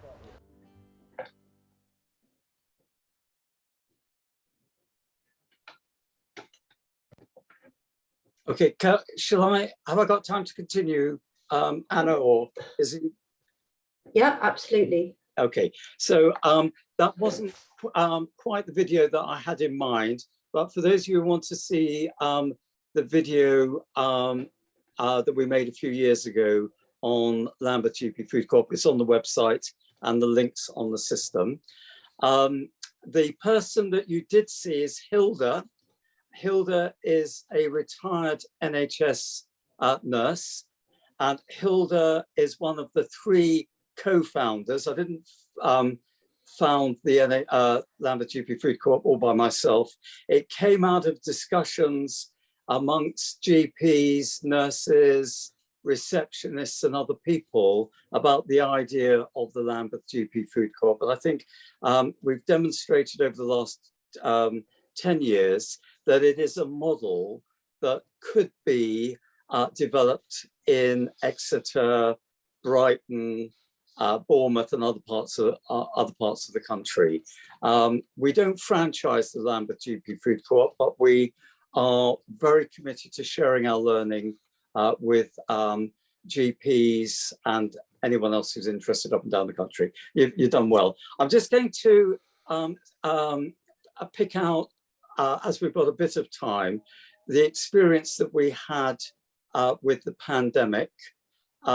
In the spring of 2020, which seems years ago, we closed all of our gardens, and we then developed a project in collaboration with Lambeth Council called Seeds for Life, where we distributed 9,000 packs of seeds through the Lambeth Council Emergency Food Distribution Network to people who were in need at home across Lambeth. Out of that initiative in May, June 2020, we developed another project which is ongoing, which is complementary to the gardening activity, which is called Gardening at Home Garden Buddy Scheme. And this is directed at people who are managing long COVID or a long-term health condition at home. They're self-isolating, and you may know people who are in this category or had been shielding during the pandemic, which is ongoing. We provide them with seeds and tools for growing vegetables at home. They're linked with a garden buddy who is often an NHS staff member, who is also an expert gardener who provides support for them over the phone and by email, helping them grow their tomato plants or carrots at home. They are gardening in inner city areas. Many of them do not have access to a garden. They are gardening in kitchens, on windowsills, in yards and on balconies. And they are part of Lambeth GP Food Co-op's work to include everyone in food growing activity that wishes to do so. And we will continue that work. We're doing that in collaboration with Guy's and St Thomas's Hospital through the Pulross Centre in Brixton, where we have a garden, and that garden at Pulross is for people who are recovering from stroke. So I'm going to stop with this message. Lambeth GP Food Co-op is a living example of the policy discussions that took place in the NHS and the Department of Health around 2006, focused on a policy report called Our Health, Our Care, Our Say. We've demonstrated that this model is viable. I'm absolutely delighted that we're talking co-ops this afternoon, and we will be celebrating our 10th birthday party at the Jenny Lee Garden at King's College Hospital on July the 1st this summer. And you are all invited to join us then. Hopefully we'll talk again before then. So I'm going to stop there and hand back to Anna and Izzy. I'm not sure if there's any time for questions now. I think we may struggle with too many questions, but if you're happy for me to pass on anything from members, I'd love to be able to keep in touch as our policy process keeps going. And I would love to take the opportunity to help celebrate what's a really fantastic piece of work. So thank you for sharing that too. For those of you who are keen to watch the video, we will absolutely circulate the right link so that you can catch up afterwards and follow up with us if you want. So last but not least, I am going to invite Mo. Mo, I think if Izzy, you could invite Mo to unmute. Mo brings a huge amount of expertise and knowledge about the health sector and about cooperative models within health. So I'm pleased to be able to hand over to you next. I think Mo's having problems unmuting. I can't seem to get a message from him. I can't see him either. I can see him on this list, but I think he's got an issue there. Mo, can you unmute yourself? You should be able to.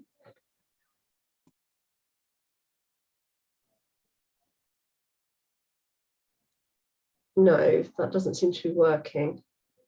Anna, should we go for some questions and see if we can get Mo to? Given we're over time, I wasn't going to have a big set of Q&A, but I was keen to make sure we heard from Mo. He's just ringing me now, so I'll just... Great, there we go. We'll try and sort this. If there were any sort of questions or contributions people wanted to make while we just get Mo in the room, do pop your hand up now. Otherwise, we will hold on.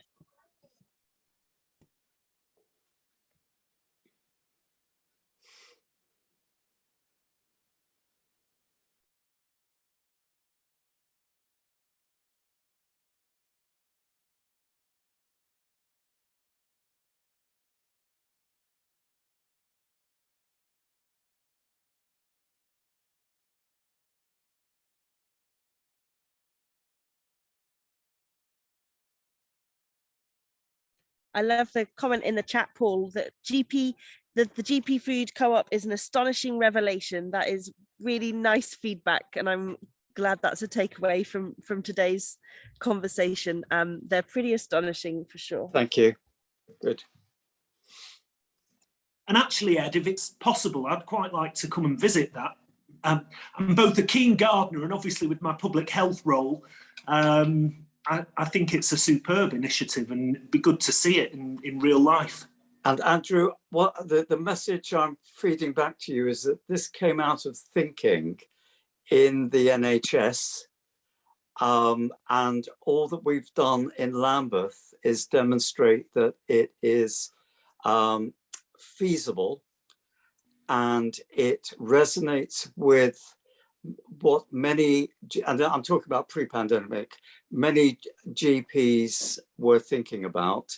And it also resonates with our big trusts like Guy's and St Thomas's and King's, who are looking at procuring locally grown vegetables from local producers to address the green agenda.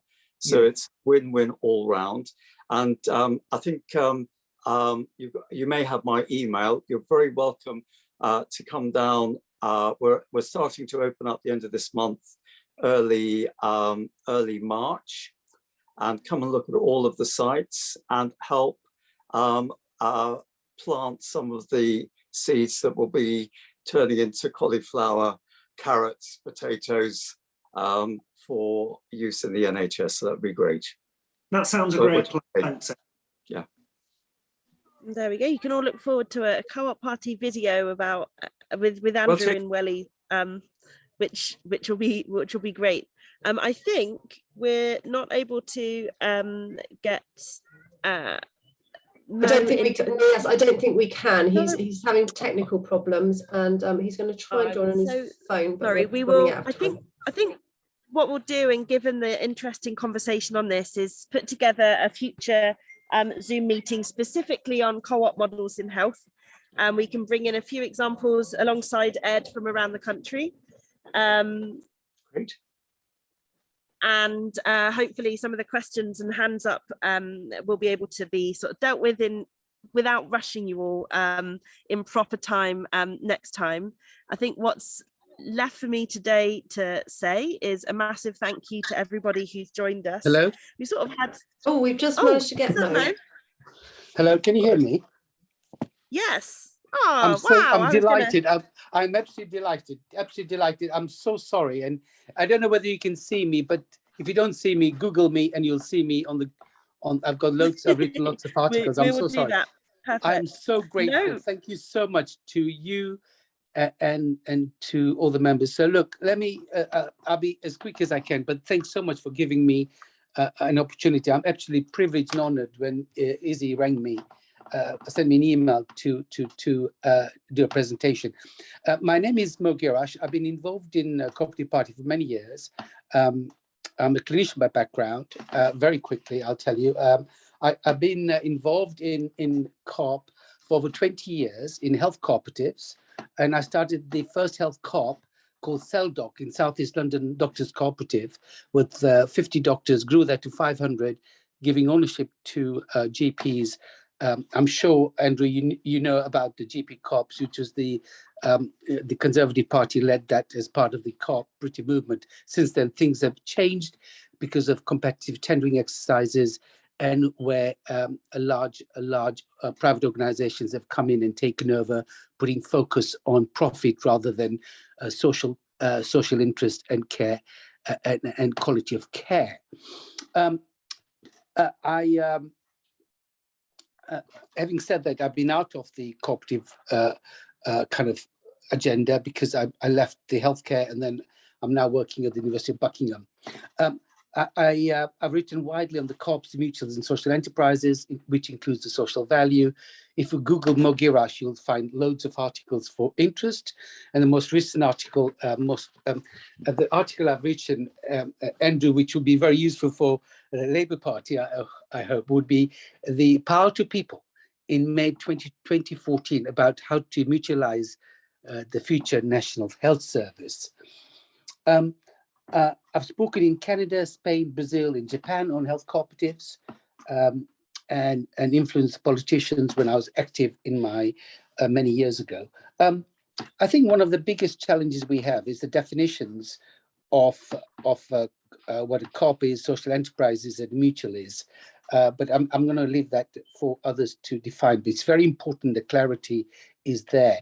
The GP co-ops have been very successful, started in 1994 with the Development Fund, and they were owned by GPs. One of the biggest things for me about public or GP co-ops is about ownership, which provides high quality of care and collective responsibility.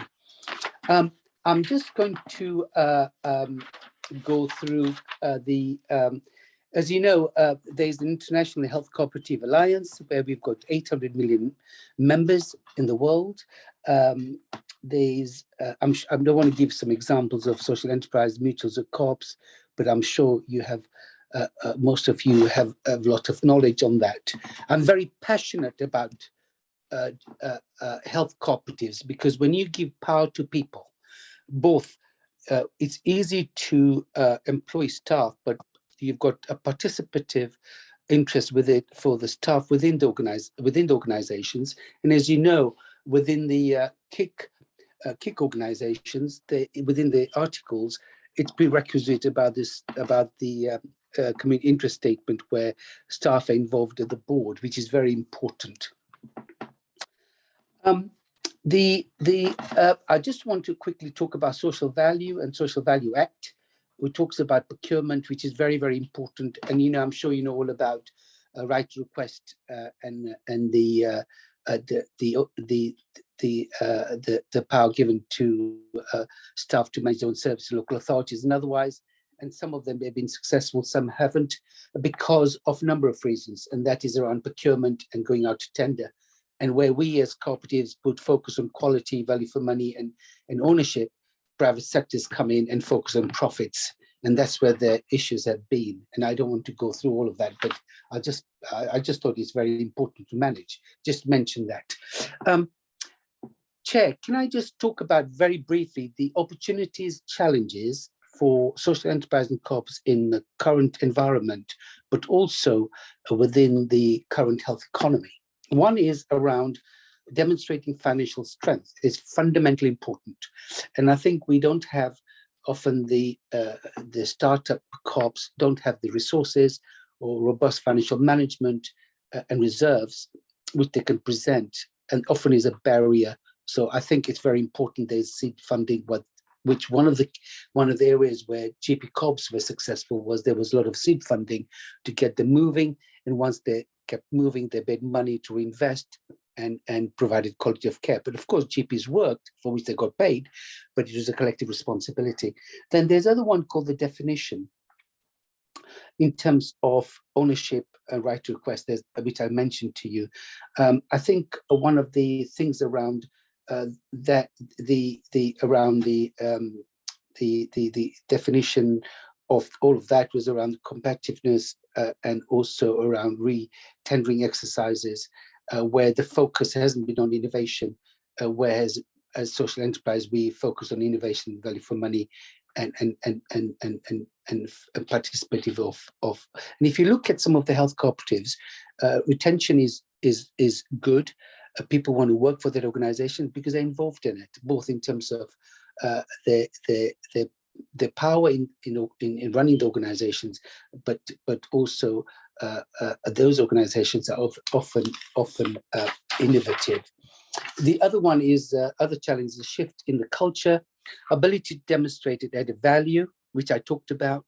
In the past, social enterprise are fairly difficult to articulate the social value gain. This is particularly a challenge in the current environment where the large companies in terms of the poorly present social values.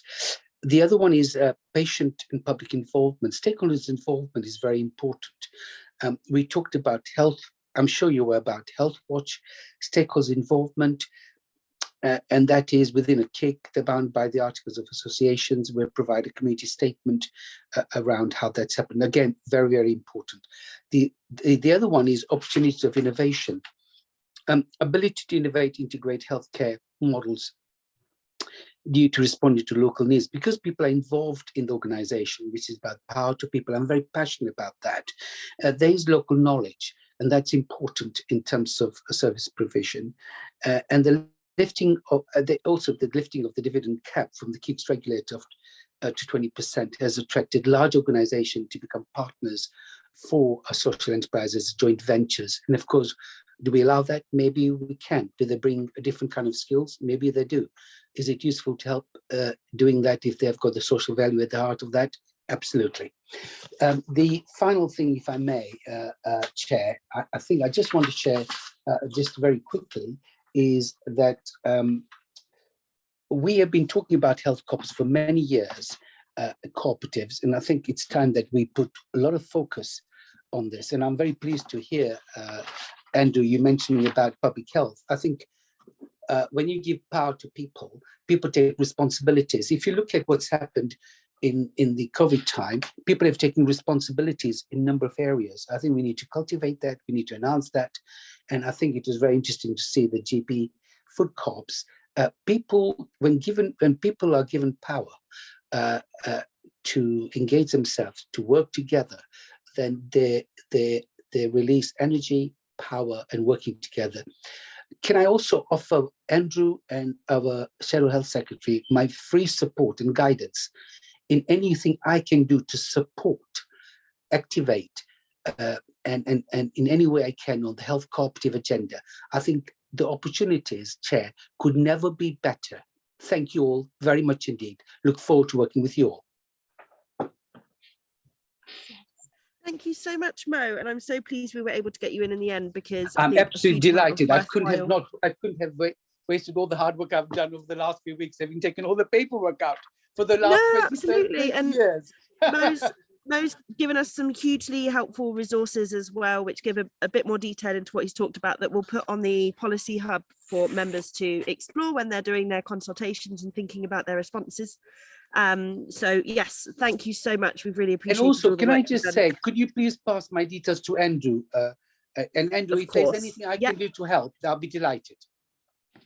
That's a really helpful offer. Thank you, Mo. So that's great. Thank you, Mo. We'll be in touch. Oh, I'll be delighted. Great, and do let our Shadow Health Secretary know on in terms of the whole agenda of health cooperatives. I think the timing could never be better. Let's galvanize the movement and let's move on that very quickly. Thank you. That's perfect. We started with a call to action from Andrew, and we've ended with to galvanise our movement now. So all it's left for me to do is to hand over to Chris, our NEC member for East of England, to wrap up the day. Thank you, Anna, and I promise I'll be really brief because we are running over time, but thank you for giving me the opportunity to address you all this afternoon. I'm fingers crossed that my internet connection is all right. Members of the other members of the NEC will know I'm normally the one who freezes halfway through an NEC meeting, so hopefully I'll be all right. But I generally think over the last 2 years, which has been hugely difficult for a lot of people. And I say this every time, and Emma Hodden always gets quite embarrassed when I say this, but the Co-op Party has really led the way in keeping our members connected. And I think Izzy and her team deserve a massive amount of credit for organising today. I think they've all become real dab hands on Zoom. And I also want to thank everyone who's participated and spoken in the conference today, and particularly obviously early in the day, Meg Hillier and my fellow NEC member Preet. Also thank you to Andrew and to Mo for their contributions this afternoon as well, and everybody that's contributed to the discussion, and in particular the discussion around policy. It was really inspiring to hear how cooperators from different sectors, the health sector and also the pub trade, are thriving and being successful, and I think it gives us a lot of inspiration moving forward.